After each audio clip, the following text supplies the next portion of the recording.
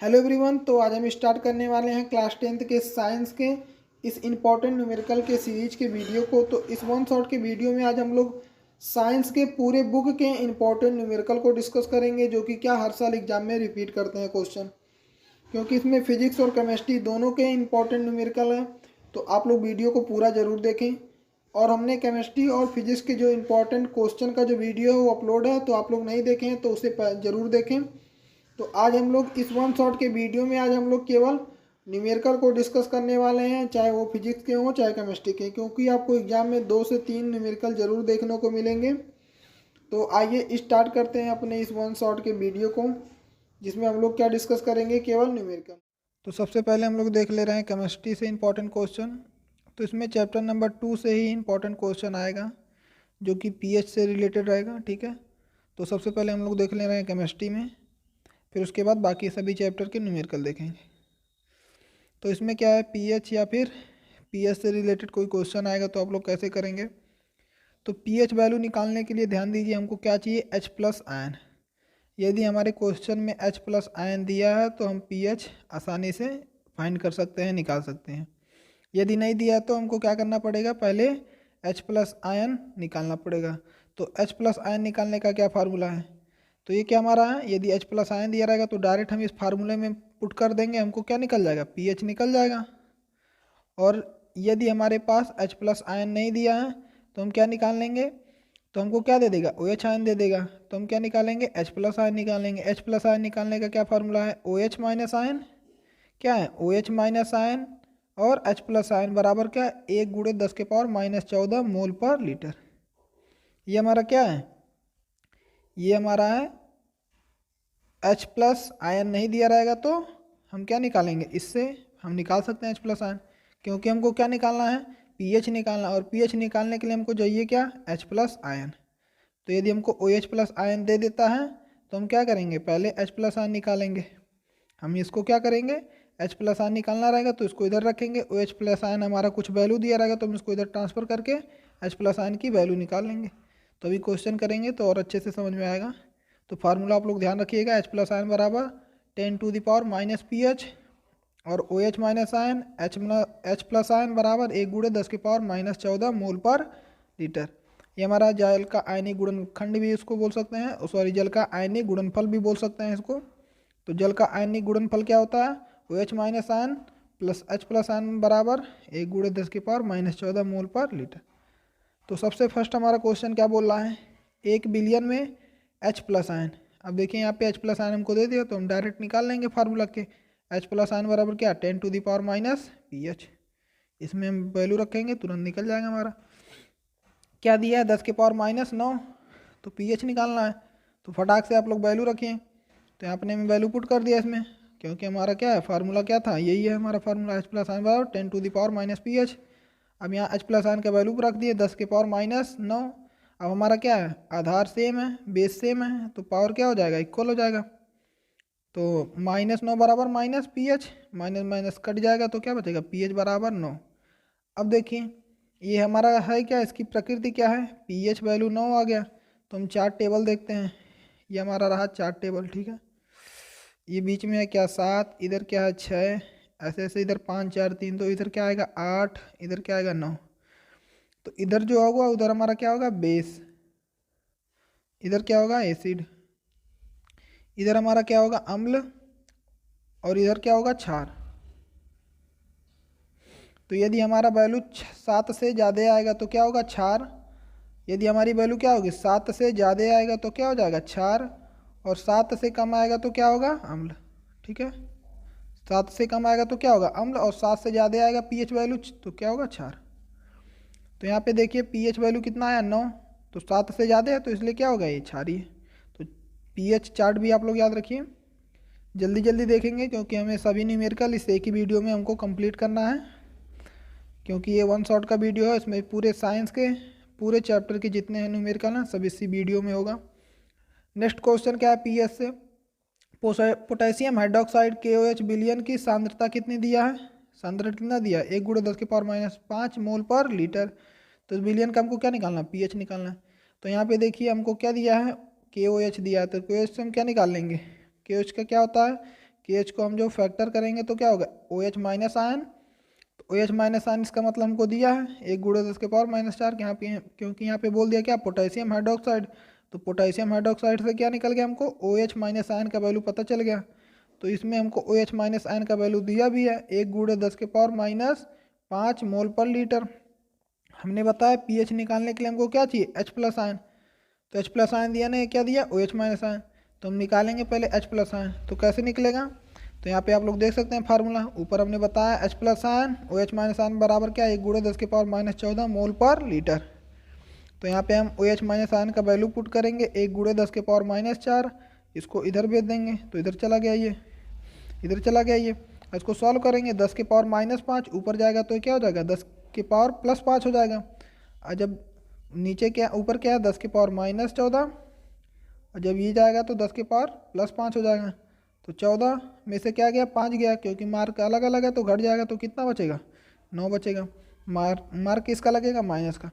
तो H plus ion की value क्या आ गया 10⁻−9 मोल पर लीटर, ये हमारा आ गया। अब हम फार्मूला लगा देंगे। फार्मूला हमारा क्या है H प्लस आयन बराबर 10⁻⁻पीएच। तो हम वैल्यू पुट कर देंगे H प्लस आयन का 10⁻⁻9 बराबर 10⁻पीएच। अब हम इसमें वैल्यू पुट करेंगे तो क्या हो जाएगा, बेस हमारा क्या सेम है तो पावर क्या हो जाएगा इक्वल हो जाएगा। तो पीएच बराबर कितना आ गया 9 आ गया। अब हम बताएं कि जब 7 से ज़्यादा होगा तो क्या होगा अम्लीय, और 7 से कम होगा तो 7 से ज़्यादा होगा तो क्या होगा क्षारीय, और 7 से कम होगा तो क्या होगा अम्लीय। तो हमारा क्या है क्षारीय। इसका मतलब ये जो हमारा आया है इसका प्रकृति क्या है, इसका नेचर क्या है, ये क्या है क्षार है। अब हम लोग देखेंगे फिजिक्स के, क्योंकि केमिस्ट्री में इसी चैप्टर से ही न्यूमेरिकल आते हैं, जो कि हमारा चैप्टर नंबर 2 था अम्ल क्षार वाला। अब इसमें तो ज़्यादा न्यूमेरिकल है नहीं, अब फिजिक्स से न्यूमेरिकल काफ़ी है, तो आप लोग इसे अच्छे से देखें। तो ये हमारा रहा पहला चैप्टर, जो कि हमारा क्या है प्रकाश का परावर्तन और अपवर्तन। तो ये हमारा इस चैप्टर से काफ़ी न्यूमेरिकल आते हैं और ये मोस्ट इम्पॉर्टेंट चैप्टर है, और इससे न्यूमेरिकल हर साल पूछे जाते हैं। तो इस चैप्टर से जितने भी न्यूमेरिकल हैं आप लोग सभी एक एक करके नोट करें, पहले समझ लें फिर उसके बाद नोट करके आप लोग भी सॉल्व करें। तो आइए देखते हैं इसमें क्या दिया। एक लेंस की क्षमता की है -2.5 डायोप्टर। कितना है 2.5 डायोप्टर। तो लेंस की क्या निकालना फोकस दूरी। हमने चैप्टर पढ़ चुका है, हमने जितना भी इस चैप्टर का न्यूमेरिकल लगवा रहे हैं हम लोग फिजिक्स के केमिस्ट्री के चारों चैप्टर क्या पढ़ चुके हैं। फिजिक्स के 4 चैप्टर पढ़े हैं और केमिस्ट्री के 4 चैप्टर, मतलब हमने साइंस में पूरे 8 चैप्टर केमिस्ट्री के 4 चैप्टर केमिस्ट्री के और 4 चैप्टर फिजिक्स के, हमने पूरे 8 चैप्टर क्या हुआ है कंप्लीट कर लिया है। तो यदि आप लोग वीडियो नहीं देखे हैं तो आप लोग वीडियो ज़रूर देख सकते हैं, चैनल में है हर एक चैप्टर का अलग अलग वीडियो है और उससे इंपॉर्टेंट क्वेश्चन है, तो आप लोग पहले उसे ज़रूर देखें। तो इसमें क्या है हमारा क्षमता कितना दिया है -2.5 डायोप्टर। तो लेंस का हमको क्या निकालना फोकस दूरी। तो फोकस दूरी का फार्मूला क्या होता है F बराबर 10⁻⁻p, क्योंकि हम इसको F को उधर भेज देंगे P को इधर भेज देंगे तो हो जाएगा कि नहीं हो जाएगा। तो हमको क्या निकालना है हमको क्या निकालना फोकस दूरी, तो हम इसको इधर ट्रांसफ़र कर देंगे कि नहीं कर देंगे। तो फार्मूला क्या था हमारा P बराबर 10⁻f सेंटीमीटर। यदि हमारा मीटर में दिया रहेगा तो P का फार्मूला डायरेक्ट हो जाएगा 1/f।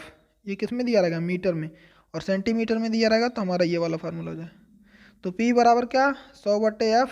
f क्या हमारा फोकस दूरी, P क्या है डायोप्टर लेंस की क्षमता, दिया क्या है -2.5 डायोप्टर। वैल्यू पुट कर देंगे P की, F यहाँ, तो F को उधर ले जाएंगे और नंबर को इधर लाएंगे तो क्या हो जाएगा 100/-2.5 डायोप्टर। अब दशमलव को हटाने के लिए पीछे से कितने अंक के बाद दशमलव लगाएं, पीछे से 1 अंक के बाद दशमलव लगा रहा है तो ऊपर 1 0 बढ़ जाएगा और नीचे से दशमलव हट जाएगा। तो 1000/25 कितना हो गया 1000/25। तो F बराबर कितना हो गया, जब हम 25 से काटेंगे 25 चौक का 100 और 1 0 बढ़ गया तो कितना हो गया F बराबर -40 आ गया। अब देखिए F बराबर कितना आ गया -40 सेंटीमीटर। तो चूंकि हमारा क्या फोकस दूरी का मान किस में आया माइनस में आया ना, F बराबर क्या -40 सेंटीमीटर, इसलिए लेंस क्या होगा हमारा अवतल लेंस। ठीक है, अगर फोकस दूरी का मान हमको यहाँ पे निगेटिव इसलिए आ रहा है, इससे हमको क्या पता चलेगा, हालांकि कोई भी जो हम डिस्टेंस निकालते हैं, कोई भी जो दूरी निकालते हैं वो माइनस में नहीं आता, लेकिन यहाँ पे हमको माइनस का चिन्ह केवल ये बता रहा है कि जो हमारा लेंस क्या होगा, अवतल लेंस। यदि f की वैल्यू किस में आती, प्लस में, तो कौन सा लेंस होता, उत्तल लेंस। लेकिन यहाँ पे क्या है, माइनस, इसलिए क्या होगा, उत्तल लेंस। ये आप लोग ध्यान दीजिएगा वैल्यू सॉल्व करते समय, क्योंकि यदि पूछ लेगा न्यूमेरिकल में कि इसकी प्रकृति क्या होगी या फिर ये कौन सा लेंस होगा, तो माइनस जब भी आएगा तो आप लोग कौन सा लेंस लिखेंगे, अवतल लेंस, और प्लस आ जाएगा तो उत्तल लेंस। ठीक है, हम यहाँ पे लिखे हैं उत्तर में क्या, एफ बराबर कितना आएगा, +40 सेंटीमीटर, क्योंकि क्या, फोकस दूरी कभी भी ऋणात्मक नहीं होती, फोकस दूरी कभी भी क्या, ऋणात्मक नहीं होती, प्लस में ही होती है। डिस्टेंस हमारा क्या होता है, दूरी जब भी हम निकालते हैं कोई भी दूरी, तो किस में आंसर आता है, प्लस में ही लिखते हैं, कभी ऐसे तो नहीं लिखते -3 सेंटीमीटर, -4 सेंटीमीटर। ठीक है, तो हमेशा डिस्टेंस किस में नापते हैं, प्लस में ही नापते हैं। तो केवल माइनस हमको क्या बताता है कि इसकी प्रकृति क्या है, कौन सा लेंस है, हमको केवल ये बताता है। तो समझ में आया, माइनस आएगा तो अवतल लेंस और प्लस आएगा तो उत्तल लेंस। ठीक है, ये प्लस आएगा, माइनस आएगा। चैप्टर के न्यूमेरिकल करने से पहले हम लोग जान लेते हैं कि फोकस दूरी क्या होता है, अवतल दर्पण क्या होता है, वक्रता त्रिज्या क्या होता है, मुख्य अक्ष क्या होता है। ठीक है, ये सब हम लोग जान लेते हैं। फिलहाल इस चैप्टर नंबर 9 के जो इम्पॉर्टेंट क्वेश्चन का जो वीडियो है, उस इम्पॉर्टेंट क्वेश्चन के वीडियो में हमने बताया है डीपली कि फोकस दूरी क्या होता है, अवतल दर्पण क्या होता है, लेंस क्या होता है, डीपली हर एक चीज़ के बारे में बताया है, फार्मूला भी हमने बताया है। तो उस वीडियो को आप लोग ज़रूर देखें। ठीक है, क्योंकि उसमें इंपॉर्टेंट क्वेश्चन भी हमने बताया है और उसमें सलूशन भी है इंपॉर्टेंट क्वेश्चन का। तो फिलहाल इसमें हम लोग न्यूमेरिकल देख रहे हैं, तो हम लोग जान लेते हैं कि अवतल दर्पण क्या होता है। तो ये हमारा क्या रहा है, अवतल दर्पण। ठीक है, आप लोग देखे होंगे अवतल दर्पण इस तरीके से। ये हमारा क्या है, मुख्य अक्ष। ये क्या है, मुख्य अक्ष। इस तरीके से ये जो लाइन बना, ये क्या, मुख्य अक्ष। और ये हमारा क्या होता है, बीच में केंद्र होता है, वक्रता केंद्र और वक्रता केंद्र। और ये जो होता है हमारा क्या होता है, इस जो दर्पण है, ये अवतल दर्पण का ये जो बीचों बीच वाला पॉइंट होता है, इसे क्या बोलते हैं, ये हमारा क्या होता है, पोल, जिसको क्या बोलते हैं, ध्रुव। यहाँ से यहाँ तक की बीच की दूरी को क्या बोलते हैं, वक्रता त्रिज्या। यहाँ से यहाँ तक की बीच को, इस पॉइंट और इस पॉइंट, फिगर डार्क हो गया, तो ये हमारा क्या रहा, अवतल दर्पण। ये हमारा क्या रहा, वक्रता केंद्र। और ये हमारा क्या रहा, ध्रुव। यहाँ से यहाँ तक की दूरी को क्या बोलते हैं, वक्रता त्रिज्या। और वक्रता त्रिज्या का यदि हम आधा कर दें तो यहाँ से यहाँ तक की दूरी को क्या बोलते हैं, फोकस दूरी। बीचों बीच में यदि आधा कर दें, मतलब वक्रता त्रिज्या को आधा काट दें, तो ये जो आधा डिस्टेंस है ये क्या, हमारा फोकस दूरी। समझ में आया, एक बार फिर से बता रहे हैं, हमारा क्या रहा, अवतल दर्पण। ये हमारा क्या रहा, मुख्य अक्ष। ये हमारा क्या रहा, वक्रता त्रिज्या। और ये हमारा क्या, इसके बीच में फोकस दूरी, यहाँ से यहाँ तक। ये हमारा रहा वक्रता त्रिज्या r। यदि हम इस वक्रता त्रिज्या को आधा काट दें तो ये आधा जो डिस्टेंस है, ये वाला जो डिस्टेंस है, ये हमारा क्या, फोकस दूरी। तो समझ में आया। तो हमने अभी बताया आपको कि वक्रता त्रिज्या क्या होता है, उसमें कितने होते हैं, 2 फोकस होते हैं, या फिर डबल फोकस होता है ना। डबल फोकस कैसे होगा, ये देखिए, ये हमारा रहा वक्रता त्रिज्या, हम इसको आधा काट दिए, तो ये क्या हमारा फोकस दूरी, ये भी इतना क्या, फोकस दूरी। तो वक्रता त्रिज्या में कितने फोकस दूरी, 2 फोकस दूरी, 1 फोकस दूरी और 2 फोकस दूरी, मतलब वक्रता त्रिज्या बराबर 2 गुणे क्या, फोकस दूरी होता है ना। 2 फोकस दूरी को जब हम ऐड करेंगे तो हमारा क्या बनेगा, वक्रता त्रिज्या। ये फोकस दूरी और एक ये फोकस दूरी, क्योंकि ये बीच में क्या हमने डिवाइड कर दिया है।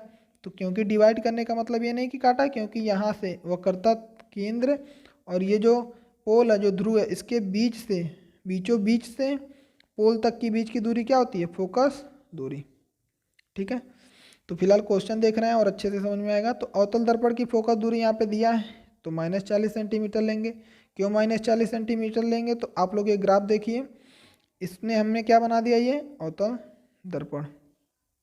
तो इधर वाला मार्क हमें पता है कि नेगेटिव में होता है और इधर वाला मार्क प्लस में होता है ना। तो हम जो डिस्टेंस इधर से लेंगे, क्योंकि हम वस्तु को भी इधर ही रखेंगे, हमारा प्रतिबिंब भी इधर ही बनेगा। ठीक है, फोकस दूरी भी इधर ही होती है, तो इसलिए इसको क्या लिया, निगेटिव लिया।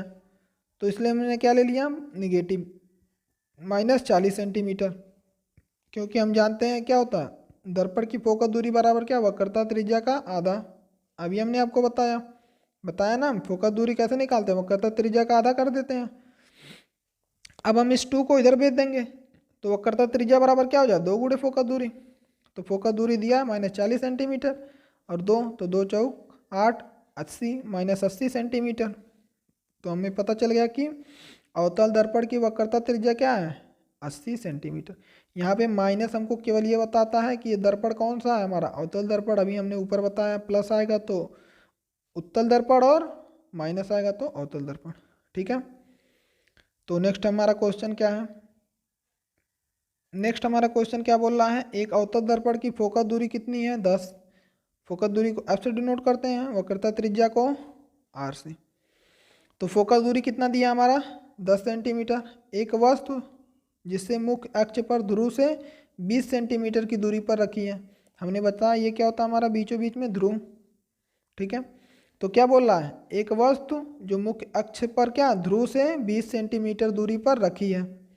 तो वस्तु के प्रतिबिंब की हमको क्या निकालना है, स्थिति निकालना है। प्रतिबिंब की स्थिति क्या होगी, तो पहले जो दिया आप लोग लिख लीजिए। तो फोकस दूरी दिया है तो 10 सेंटीमीटर लेंगे। क्यों लेंगे, क्योंकि हमारा कौन सा दर्पण है, उत्तल दर्पण है। ध्यान दीजिए, उत्तल दर्पण में फोकस दूरी क्या लेंगे, प्लस लेंगे, और अवतल दर्पण में फोकस दूरी क्या लेंगे, माइनस। तो फोकस दूरी हमने ले लिया प्लस 10 सेंटीमीटर। दर्पण से वस्तु की दूरी, तो ये मान लीजिए हमारा क्या है दर्पण, इससे जो हमारी वस्तु को दूरी रहेगी, जो हमारा कोई यहाँ पे मान ले रहे हैं वस्तु रखा है, ठीक है, इस तरीके से मान ले रहे हैं कोई आदमी खड़ा है, लड़का खड़ा है, तो इस दर्पण से जितनी दूरी पर खड़ा होगा इससे किससे डिनोट करेंगे, यू से। यहाँ से यहाँ तक की डिस्टेंस को क्या बोलेंगे, यू। और इसका प्रतिबिंब भी मान ले रहे हैं यहाँ पे बन रहा है, ठीक है, यहाँ पे बनना। तो यहाँ से यहाँ तक की दूरी को हम किससे लिखेंगे, वी से। किससे लिखेंगे, वी से। तो ध्यान दीजिए, दर्पण से वस्तु की दूरी u और दर्पण से प्रतिबिंब की दूरी v। तो यहाँ पे लिखा दर्पण से वस्तु की दूरी u बराबर क्या, -40 सेंटीमीटर। क्योंकि हम जब भी ऑब्जेक्ट रखते हैं तो इधर ही रखते हैं। ऑब्जेक्ट क्या रखते हैं, इधर इस साइड रखते हैं। तो ऑब्जेक्ट हमारा इस साइड है, तो पता है ग्राफ में क्या होता है, इधर निगेटिव होता है, इधर पॉजिटिव होता है। और प्रतिबिंब भी इधर बनेगा, मतलब वो भी क्या होगा, निगेटिव, क्योंकि दर्पण हमारा कौन सा है, उत्तल दर्पण। तो वस्तु की दूरी कितनी है, -20 सेंटीमीटर। तो प्रतिबिंब की हमको दूरी निकालना, मतलब v। हमने फार्मूला बताया, दर्पण सूत्र हमने इस चैप्टर के इंपॉर्टेंट क्वेश्चन का जो वीडियो उसमें हमने बताया, 1/f बराबर 1/b प्लस 1/u। ये हमारा क्या है, दर्पण सूत्र है।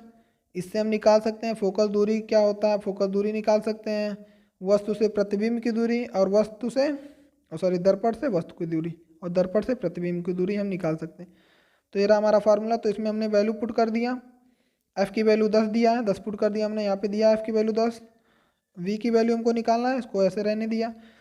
और यहाँ पे दर्पण से वस्तु की दूरी कितनी है, 20 -20 सेंटीमीटर, क्योंकि इधर है ग्राफ इस साइड है, तो इधर निगेटिव हमने मार्क भी ले लिया, ठीक है, उत्तल दर्पण है तो मार्क भी ले लिया, माइनस मार्क यहाँ पे लग गया। अब हम क्या करेंगे, इसको इधर ही रहने दे रहे हैं, इस -20 को उधर ले जाएंगे। तब इस माइनस को उधर ले जाएंगे तो क्या हो जाएगा, प्लस। तो यहाँ पे हो गया प्लस, इधर क्या है 1/10 है, वैसे रहने दिया। इन दोनों को हम क्या निकालेंगे, एलसीएम। एलसीएम निकाल के जब सॉल्व करेंगे तो कितना आएगा, 3/20। कितना आ गया, 3/20। और जो 3/20 को सॉल्व करेंगे तो कितना आएगा, 6.7 सेंटीमीटर। कितना आएगा, 6.7 सेंटीमीटर। अब यहाँ पे 1/, क्या है, अब यहाँ पे 20/3 कैसे है, क्योंकि यहाँ पे क्या है 1/b। आंसर हमारा क्या है, 3/20। अब हम जब इसको पलट देंगे तो क्या हो जाएगा, v/1 बराबर 20/3। अब यहाँ 1 से कोई फ़र्क नहीं पड़ता, तो अब जब इसको काटेंगे तो जो आएगा हमारा वही आंसर आएगा, ठीक है। तो ये हमारा आ गया आंसर, ठीक है। इसकी प्रकृति क्या होगी, यहाँ पे लिखा है, प्रतिबिंब दर्पण के पीछे कितना बनेगा, 6.7 सेंटीमीटर दूरी पर बनेगा, क्योंकि ये कौन सा लेंस है हमारा, उत्तल लेंस, ठीक है। तो नेक्स्ट हमारा क्वेश्चन क्या कह रहा है, संलग्न चित्र के अनुसार प्रकाश किरण वायु से किसी माध्यम में प्रवेश करती है, तो वायु के सापेक्ष हमको क्या निकालना, पूर्णांक निकालना। तो भी इंपॉर्टेंट क्वेश्चन आप लोग देख सकते हैं, यहाँ रिपीटेड क्वेश्चन है, तो काफ़ी इंपॉर्टेंट क्वेश्चन है। और इस वीडियो में हम लोग मोस्ट इंपॉर्टेंट क्वेश्चन ही करेंगे, जो कि एग्जाम में हमेशा रिपीट करते हैं। तो हमने इस वीडियो में हर एक चैप्टर से इंपॉर्टेंट क्वेश्चन को लिया है, तो आप लोग वीडियो पूरा ज़रूर देखें। तो ये हमारा क्या, यहाँ पे फिगर बना हुआ है, आप लोग देख सकते हैं, ऊपर हमारा वायु है, नीचे कोई माध्यम है। तो हमने इस चैप्टर का जो इंपॉर्टेंट क्वेश्चन का जो वीडियो उसमें हमने पढ़ लिया है कि ये जो आपतित किरण है, ये कौन सी किरण है, आपतित किरण, ये अपवर्तित किरण, आने वाली किरण आपतित किरण और ये अपवर्तित किरण। तो ये अभिलंब, ये हमारा क्या अभिलंब, तो अभिलंब के साथ जो कोण बनाता है क्या है, इस कोण को बोलते हैं आई, आपतन कोण।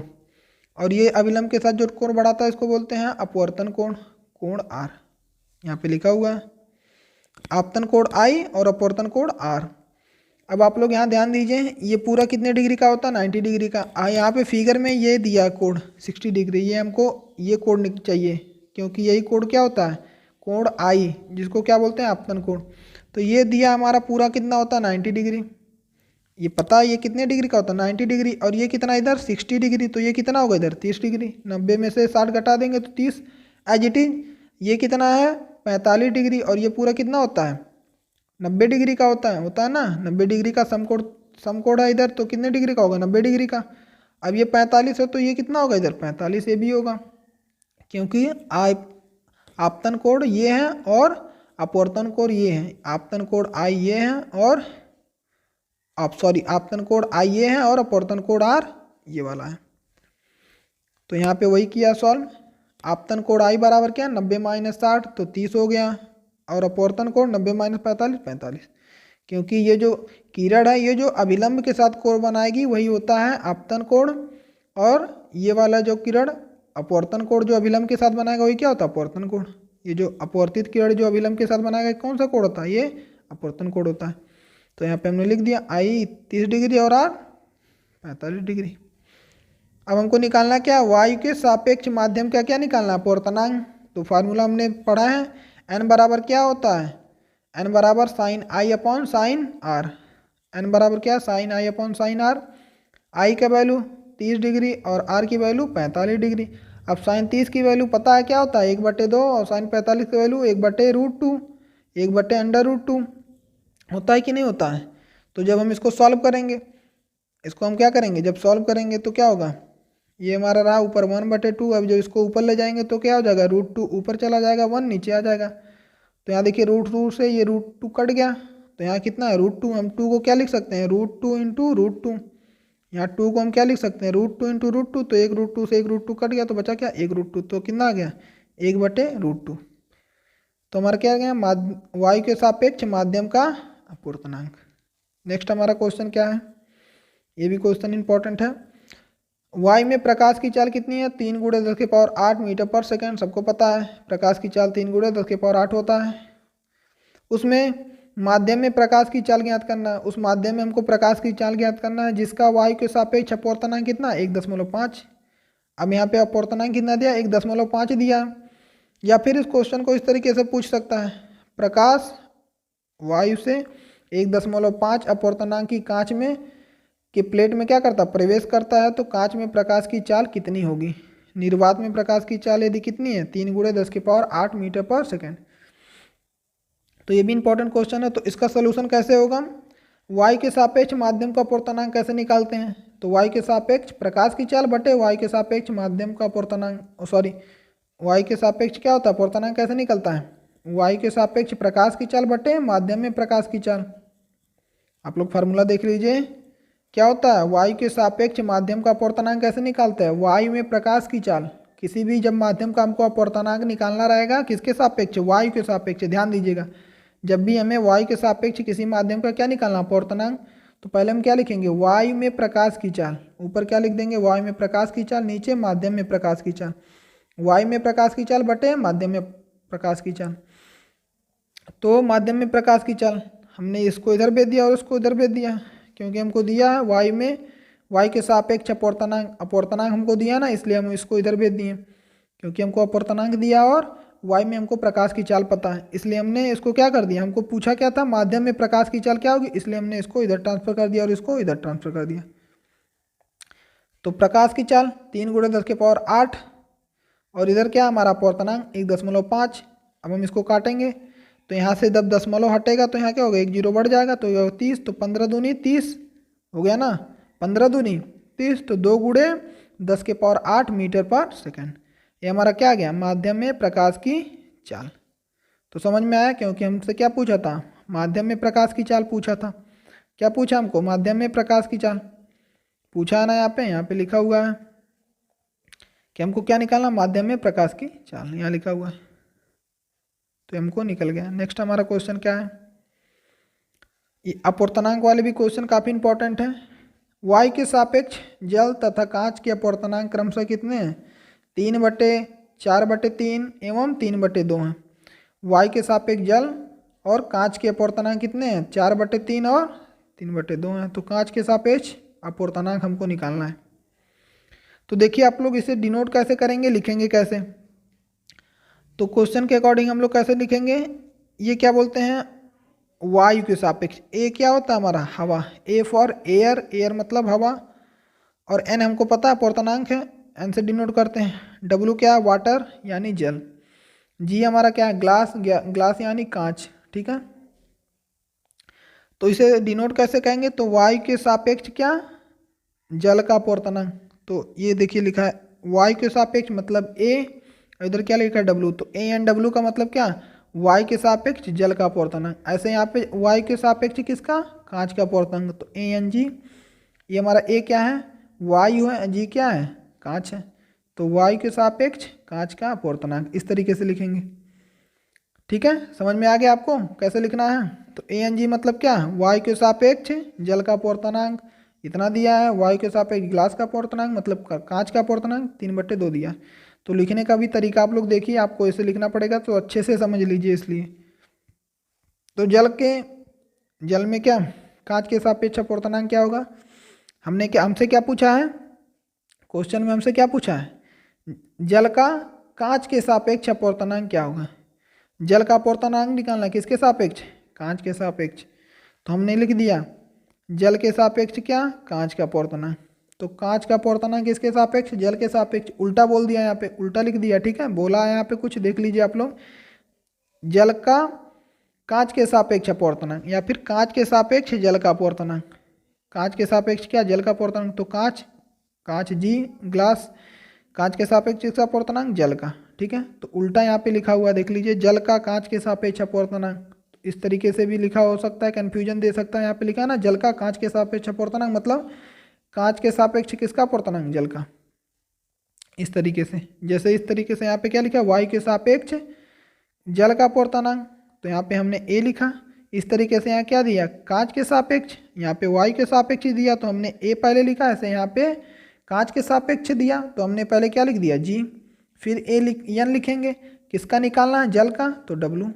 समझ में आया आपको। यहाँ पे क्या दिया था, वायु दिया था, वायु के सापेक्ष, तो जिसके सापेक्ष निकालना रहेगा पहले उसको हम लिखेंगे। तो वायु क्या है हमारा, ए एन, और निकालना क्या है हमको, किसका निकालना, जल का, तो डब्लू, ए एन डब्लू। समझ में आ गया आपको अच्छे से, तो हमने यहाँ पे लिख दिया।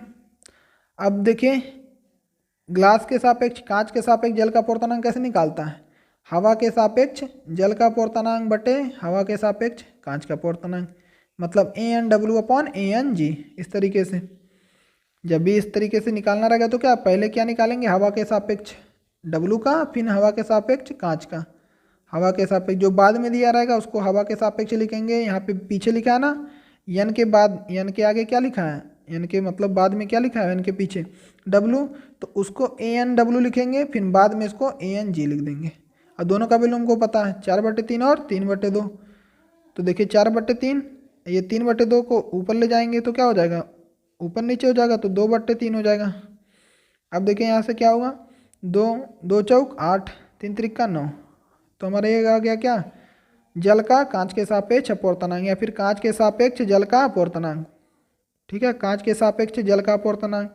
तो जल का अपवर्तनांक जिसका अपवर्तनांक निकालना उसको बाद में लिखेंगे, मतलब जी सॉरी डब्लू, जिसका अपवर्तनांक निकालना उसको बाद में लिखेंगे, और जिसके सापेक्ष का उसको पहले लिखेंगे। तो किसके सापेक्ष है, कांच के सापेक्ष, कांच के सापेक्ष उसको किससे लिखते हैं, जी से, और बीच में क्या होता है हमारा एन। तो जिसके सापेक्ष क्या है उसको पहले लिखेंगे और जिसका निकालना रहेगा उसको बाद में। तो नेक्स्ट हमारा क्वेश्चन क्या है, अवतल दर्पण के मुख्य अक्ष पर ध्रुव से 30 सेंटीमीटर दूरी पर स्थित वस्तु का प्रतिबिंब, मतलब वो क्या ध्रुव से कितने दूरी पर है, मतलब सीधा सीधा बात, अवतल दर्पण से कितनी दूरी पर है, वो 30 सेंटीमीटर दूरी पर है स्थित है, और वस्तु का जो प्रतिबिंब है वस्तु पर ही बनता है, मतलब जितनी दूरी पर वस्तु है वहीं पर वस्तु का प्रतिबिंब बनता है, ऐसे समझिए आप लोग। ठीक है, तो हमको क्या निकालना है, फोकस दूरी। क्वेश्चन अच्छे से पढ़ेंगे तो क्वेश्चन आपको अच्छे से समझ में आएगा और ये पता चल जाएगा क्या क्या दिया है। अवतल दर्पण के मुख्य अक्ष पर ध्रुव से 30 सेंटीमीटर दूरी पर वस्तु का प्रतिबिंब वस्तु पर ही बनता है। देखिए वस्तु पर ही बनता है, मतलब जितनी दूर पर वस्तु है उतनी दूर पर ही क्या बनेगा, प्रतिबिंब बनेगा। तो दर्पण की फोकस दूरी तो दो दिया, उसको लिख लेंगे। तो दर्पण से वस्तु की दूरी को किससे लिखते हैं, यू से, जो कि हमारा कितना दिया, -30 सेंटीमीटर। क्योंकि ये कौन सा दर्पण है, अवतल दर्पण। और हमें बताया कि इसको हमने निगेटिव क्यों लिया, क्योंकि ये क्या है, अवतल दर्पण अंदर की ओर बनता है। इस तरीके से हम वस्तु को कहाँ रखेंगे, इस तरीके, इस साइड रखेंगे, और वस्तु को इधर रखेंगे। मतलब ये क्या है, हमारा ग्राफ में निगेटिव साइड में आ रहा है, इधर आ रहा है ना, ऋणात्मक साइड में ग्राफ में। तो जब भी हम वस्तु को इधर रखेंगे, वस्तु को इधर रखेंगे तो हमेशा मार्क किस में लेंगे, माइनस में। और जो हमारा प्रतिबिंब बनेगा, या फिर जब वस्तु, हमेशा वस्तु को इधर रखेंगे। ये ध्यान दीजिएगा आप लोग, जब भी हम वस्तु को, या फिर वस्तु को दर्पण के सामने, या फिर वस्तु को लेंस के सामने रखेंगे, तो किधर रखेंगे, इस साइड रखेंगे, ऋणात्मक साइड। और उसका वैल्यू हमेशा किस में लेंगे, माइनस में। ठीक है, तो इतना आप लोग ध्यान दीजिएगा, हमेशा वस्तु को यू को किस में लेंगे, हमेशा माइनस में ही हम लेंगे, चाहे वो अवतल दर्पण हो या फिर उत्तल दर्पण हो। चाहे क्या हो, अवतल दर्पण हो या फिर उत्तल दर्पण, दोनों में से कोई भी हो, वस्तु को हमेशा किस में लेंगे, निगेटिव में। तो यहाँ दर्पण से वस्तु की दूरी u बराबर -30, क्योंकि हम इसको किधर रखेंगे, बाईं ओर। दर्पण से प्रतिबिंब की दूरी v को -30 सेंटीमीटर, क्योंकि ये बोल दिया जहाँ पर वस्तु वहीं पर प्रतिबिंब बनता है। मतलब जिधर हम वस्तु को रखेंगे उधर ही क्या बनेगा, प्रतिबिंब भी बनेगा हमारा। जिधर हम वस्तु को रखेंगे उधर ही क्या बनेगा, प्रतिबिंब भी बनेगा। तो दोनों क्या आ गया, -30 सेंटीमीटर। तो फोकस दूरी निकालना है, तो फोकस दूरी का फार्मूला मैंने बताया, 1/f बराबर 1/b माइनस 1 प्लस f बराबर 1/b प्लस 1/u। इस तरीके से अभी जब हम वैल्यू रखेंगे तब ऋणात्मक होगा। तो 1/f बराबर क्या, 1/v प्लस 1/u। तो 1/v माइनस में लिख दिए, u का वैल्यू क्या है, v का वैल्यू क्या है, -30 सेंटीमीटर। दोनों पुट कर दिए। दोनों पुट करने के बाद क्या हो जाएगा, नीचे 30 है, कॉमन 30 जो रहता है एलसीएम निकालें तो 30 ही आएगा, क्योंकि दोनों का क्या है, हर सेम है। और -1 यहाँ पे देखिए, यहाँ माइनस हो जाएगा, और यहाँ भी क्या हो जाएगा, माइनस। तो -1 -2। अब 2 1 कम 2, 2 का जब पहाड़ा 15 बार पढ़ेंगे, या फिर 15 दूनी 30, इस तरीके से 2 1 कम 2 और 15 दूनी 30। तो क्या आ गया, -1/15। अब देखिए यही आंसर नहीं आ गया, अब ये 1/f है। 1/f बराबर क्या, माइनस कितना आ गया, सॉरी एक बार और देख लीजिए, 1/f बराबर क्या आ गया, -1/15। तो जब हम इसको ऊपर ले जाएंगे तो क्या, f बराबर आ जाएगा 15। ठीक है, यहाँ क्या आ गया, f बराबर, जब हम इसको ऊपर ले जाएंगे तो क्या हो जाएगा, f बराबर कितना आ जाएगा, -15 सेंटीमीटर। तो अवतल दर्पण की फोकस दूरी क्या आ गया, -15 सेंटीमीटर। तो नेक्स्ट हमारा क्वेश्चन क्या कह रहा है, 30 सेंटीमीटर फोकस दूरी की उत्तल लेंस है से 5 सेंटीमीटर लंबा बिंब इतनी दूरी पर रखा है। कितना लंबा है, 5 सेंटीमीटर कोई बिंब रखा है, और कितनी दूरी पर है, 30 सेंटीमीटर दूरी पर रखा है। तो हमको प्रतिबिंब की स्थिति, आकार और प्रकृति निकालना है। मतलब उसका आकार भी निकालना है कि कितना बड़ा होगा। ठीक है, प्रतिबिंब की हमको आकार भी ज्ञात करना है कि प्रतिबिंब हमारा कितना बड़ा होगा। ठीक है, उसकी प्रकृति बताना है कि कौन सा उसकी प्रकृति होगी कैसी, और उसकी स्थिति भी बताना है। ठीक है, प्रकृति मतलब क्या, कि कितनी दूरी पर बनेगा, उल्टा बनेगा कि आभासी बनेगा, ये हो गया हमारा क्या, प्रकृति। तो वो तो हम जब आंसर लाएंगे तो हम खुद पता चल जाएगा कि हमारा प्रतिबिंब का आकार क्या है, स्थिति क्या है। ठीक है, सॉल्व करने पे। तो फोकस दूरी दे दिया 30 सेंटीमीटर। यू को हमेशा हम ऋणात्मक लेंगे, क्योंकि हम किधर रखते हैं, इस साइड रखते हैं। इधर हमारा क्या होता है, ऋणात्मक होता है। वस्तु को हमेशा क्या, इसी साइड रखते हैं। हमेशा हमारा क्या, यू क्या होता है, ऋणात्मक लेते हैं। चाहे वो उत्तल दर्पण हो, चाहे अवतल दर्पण हो, चाहे लेंस हो, चाहे जो हो, हमेशा यू को हम किस में लेते हैं, निगेटिव में। ध्यान दीजिएगा आप लोग, बार बार हम ये रिपीट कर रहे हैं। एफ प्लस में लेंगे, क्योंकि ये कौन सा दर्पण है, अवतल दर्पण। उत्तल दर्पण रहता, सॉरी ये उत्तल दर्पण है तो प्लस में लेंगे। अवतल दर्पण रहता तो यहाँ क्या, माइनस लगा देते थे। अवतल दर्पण रहता तो क्या लगा देते, माइनस। लेकिन ये कौन सा दर्पण है, उत्तल दर्पण, तो यहाँ प्लस। हमको निकालना क्या है, वी, प्रतिबिंब कितनी दूरी पर बनेगा, हमको ये निकालना है। और प्रतिबिंब का आकार क्या होगा, ये निकालना है, और प्रकृति निकालना है। तो पहले हम उसको क्या निकालना है, प्रतिबिंब कितनी दूरी पर बनेगा वो निकाल लेना, वी। तो फार्मूला 1/f बराबर क्या, 1/v प्लस 1/u। हमको 1/v निकालना है, तो इसको ऐसे रहने दे रहे हैं। ये 1/v को हम इधर ट्रांसफर कर देना है, तो ये प्लस में है तो उधर जाएगा माइनस में। ये हमारा रहा फार्मूला। 1/v बराबर 1/f माइनस 1/v। तो 1/f की वैल्यू पुट कर दी, f की वैल्यू कितनी है 30 और u की भी वैल्यू कितनी है 30 है ना, 30 हमने पुट कर दिया वैल्यू। अब जब हम दोनों को सॉल्व करेंगे तो कितना आ जाएगा हमारा, दोनों को जब हम सॉल्व करेंगे तो कितना आएगा। अब देखें यहाँ पे माइनस था, अब जब हम u की वैल्यू पुट करेंगे -30 सेंटीमीटर, यहाँ पे -30 सेंटीमीटर जब पुट करेंगे तो यहाँ क्या हो जाएगा माइनस माइनस, यहाँ पे जब हम माइनस वाला पुट करेंगे तो क्या हो जाएगा माइनस माइनस प्लस हो जाएगा, इसलिए यहाँ क्या हो गया प्लस। ठीक है, तो आप लोग ध्यान दीजिएगा, ये मत सोचिएगा कि यहाँ पे जो u की वैल्यू है यहाँ पे -30 क्यों नहीं पुट किया, क्योंकि यहाँ -30 पुट किया तो यहाँ पे क्या था माइनस, तो इसलिए यहाँ पे क्या हो गया पूरा प्लस हो गया। ठीक है, सॉल्व कर लिया तो क्या गया 2/30, तो हमारा v की कितनी वैल्यू आ गई, b की वैल्यू आ गई 30/2, b की वैल्यू कितनी आ गई 30/2 यानी 15। ये हमारी क्या आ गई v की वैल्यू, वस्तु कितनी दूरी पर बनेगा। अब देखिए क्या लिखा है यहाँ पे, अतः प्रतिबिंब दर्पण के पीछे बनेगा, कितनी सेंटीमीटर दूरी पर, 15 सेंटीमीटर दूरी पर बनेगा। क्यों बनेगा, क्यों दर्पण के पीछे बनेगा, ये इसलिए दर्पण के पीछे बनेगा क्योंकि ये कौन सा दर्पण है, उत्तल दर्पण। ध्यान दीजिएगा, उत्तल दर्पण में जो वस्तु बनता कहाँ बनता है, दर्पण के पीछे। ये ध्यान दीजिएगा, आप लोग बार बार रिपीट कर रहे हैं बात को। उत्तल दर्पण में प्रतिबिंब कहाँ बनेगा, दर्पण के पीछे।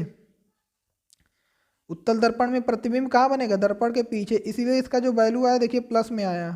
तो दर्पण के पीछे बनेगा मतलब इस साइड बनेगा, तो इस साइड हमारा क्या होता है प्लस होता है और इस साइड हमारा माइनस होता है। तो इधर पीछे बनेगा तो क्या होगा, दर्पण हमारा यही तो है, इस तरीके से हमारा दर्पण है। तो इधर बनेगा तो इधर क्या होता है प्लस, और इधर बनेगा तो क्या होता है माइनस। तो पीछे बन रहा है तो क्या होगा प्लस होगा। ठीक है, तो देखिए यहाँ पे v बराबर क्या आएगा 15 सेंटीमीटर, जो कि क्या दर्पण के पीछे बनेगा। अब देखिए जब भी दर्पण के कोई भी जब प्रतिबिंब दर्पण के पीछे बनेगा तो वो वास्तविक नहीं होगा, बल्कि क्या होगा आभासी। जब वो दर्पण के साइड जिधर वस्तु रहेगा अगर उधर ही बनेगा तो वो क्या होगा वास्तविक, और लेकिन जब दर्पण के पीछे बनेगा तो क्या होगा आभासी। ये ध्यान दीजिएगा, जब भी दर्पण के पीछे बनेगा तो क्या होगा आभासी होगा, दर्पण के पीछे बनेगा तो आभासी होगा। अब दर्पण के पीछे कैसे पता हमको चलेगा, क्योंकि यहाँ u की वैल्यू v की वैल्यू कितनी आ गई 15 सेंटीमीटर। अब 15 सेंटीमीटर प्लस में आया ना प्लस में, तो हमें पता है ये जब प्लस में आया तो दर्पण के पीछे, क्योंकि दर्पण के पीछे क्या होता है प्लस होता है। ये हमारा कोई दर्पण है तो इधर प्लस होता है और इधर माइनस होता है, तो प्रतिबिंब इधर प्लस में आया, इसका मतलब प्रतिबिंब इधर ही बन रहा है दर्पण के पीछे। आया समझ में, ये ध्यान दीजिएगा, ये हमारा क्या दर्पण बार बार हम ये रिपीट कर रहे हैं। तो दर्पण के जब पीछे बनेगा तो क्या होगा प्लस, और दर्पण के जब सामने बनेगा तो माइनस। तो हमें पता चल गया दर्पण के पीछे बन रहा है। अब जब भी पीछे बनता है तो क्या बनता है आभासी बनता है। जब भी कोई प्रतिबिंब पीछे बनेगा तो आभासी बनेगा, और जब आभासी बनेगा तो वो सीधा बनेगा।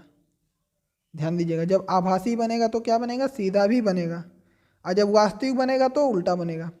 जब दर्पण के ही साइड बनेगा, जिधर दर्पण है हमारा उधर ही बनेगा तो क्या बनेगा वास्तविक बनेगा और उल्टा बनेगा। लेकिन ये क्या बन रहा पीछे बन रहा है, तो जब पीछे बनेगा तो आभासी होगा और सीधा होगा। समझ में आया। तो अब हम लोग क्या निकालने वाले हैं, रेखीयावर्धन प्रकृति तो हमने निकाल दिया कि पीछे बनेगा आभासी बनेगा और सीधा बनेगा। जब भी आभासी बनेगा तो सीधा बनेगा, पीछे बनेगा। पीछे बनने का रीजन ही है, जब पीछे बनेगा तो जाहिर सी बात है आभासी बनेगा और सीधा बनेगा, क्योंकि उत्तल दर्पण है। ठीक है, उत्तल दर्पण में हमारा प्रतिबिंब हमेशा आभासी बनता है और सीधा बनता है। हमने थ्योरी में पढ़ा है, तो आप लोग वीडियो नहीं देखें तो उसमें देख सकते हैं, अच्छे से हमने बताया कि दर्पण में प्रतिबिंब आभासी उल्टा सीधा बनता है इस तरीके से, तो आपको और अच्छे से समझ में आएगा। फिर भी हमने आपको अच्छे से समझाया। उत्तल दर्पण है तो हमेशा प्रतिबिंब कहाँ बनेगा पीछे, और पीछे बनेगा तो आभासी, और आभासी रहेगा तो सीधा।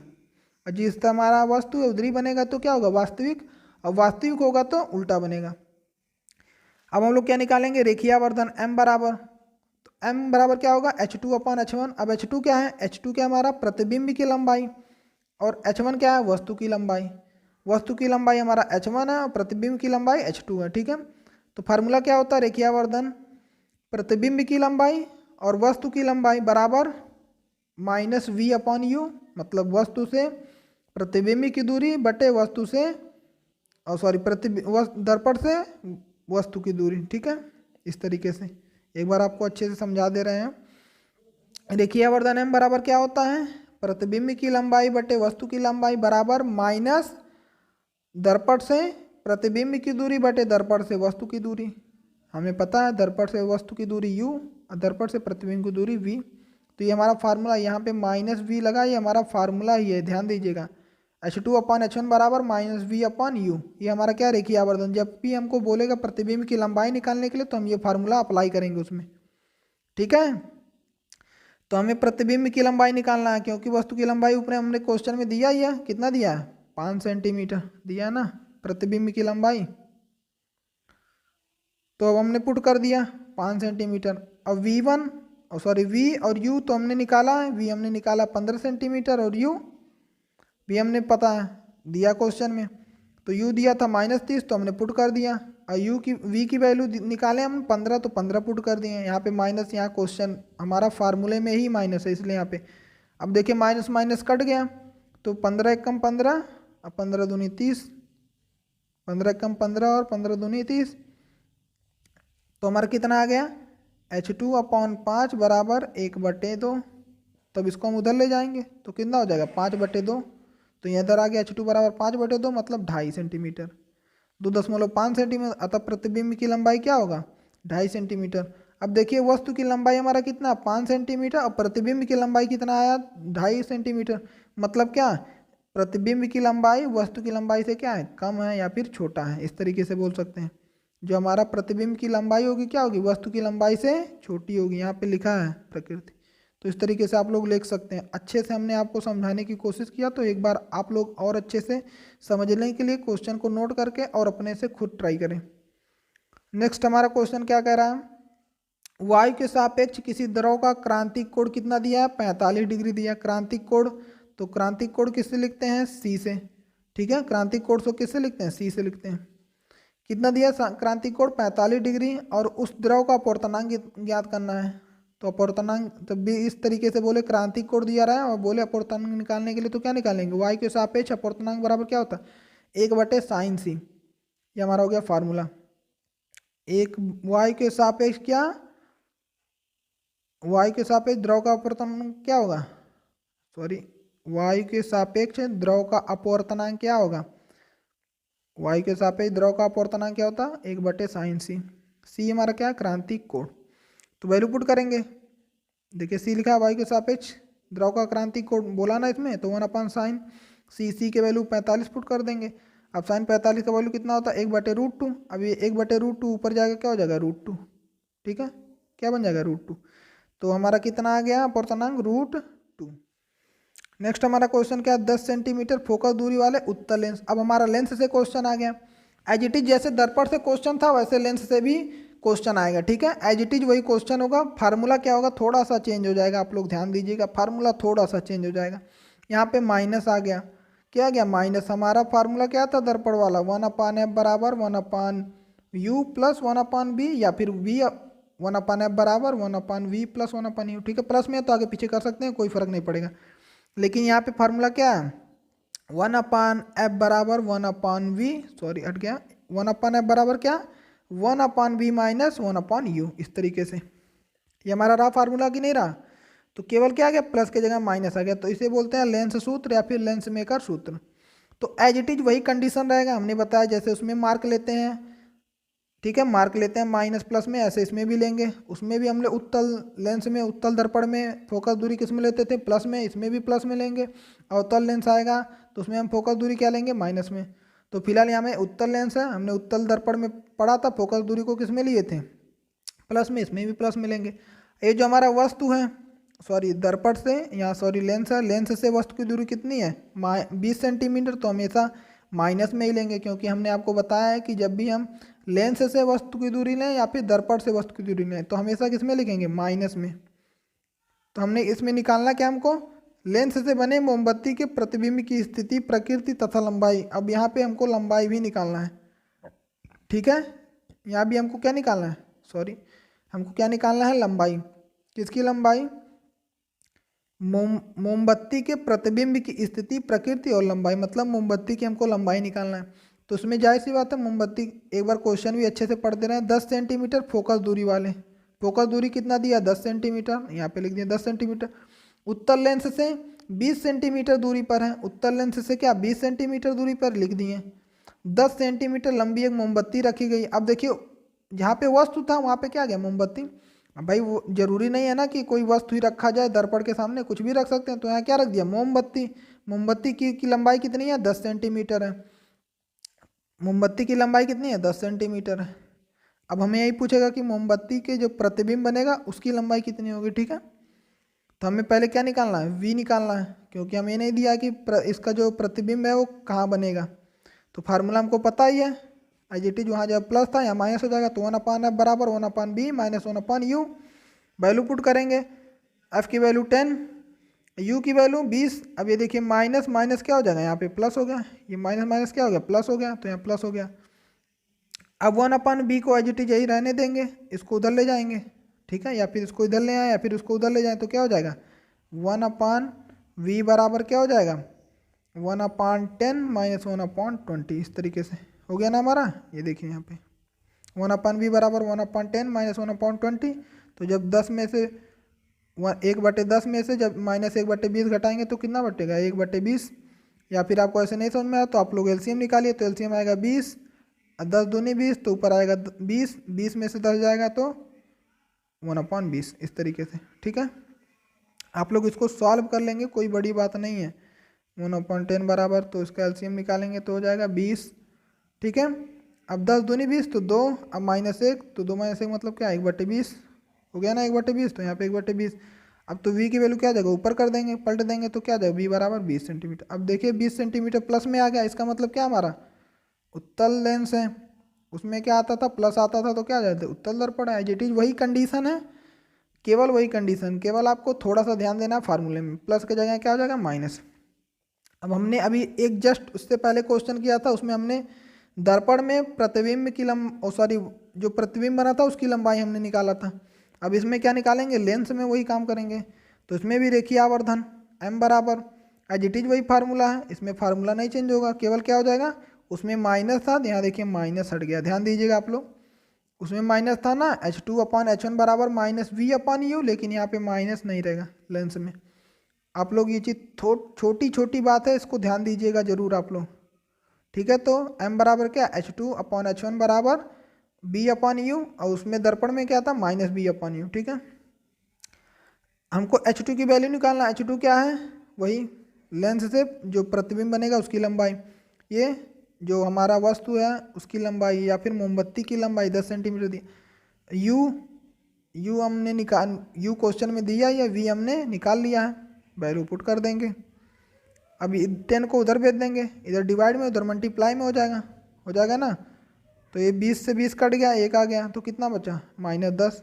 यहाँ पे ऐसे 10 से मल्टीप्लाई है तो कितना बचा, ये कट गया तो कितना बचा 10, तो आ गया -10 सेंटीमीटर, क्योंकि यहाँ माइनस भी है तो मार्क भी लग जाएगा -10 सेंटीमीटर। अब देखिए माइनस क्या दर्शाता है, ये माइनस आ गया, इसका मतलब जो प्रतिबिंब है वो हमारा किधर बना, जिधर वस्तु है उधर ही बन रहा है हमारा। मतलब वस्तु यदि हमारा इधर है तो प्रतिबिंब भी क्या बन रहा है इधर, क्यों बन रहा है, क्योंकि यहाँ देखिए उसका मार्क क्या है, निगेटिव है।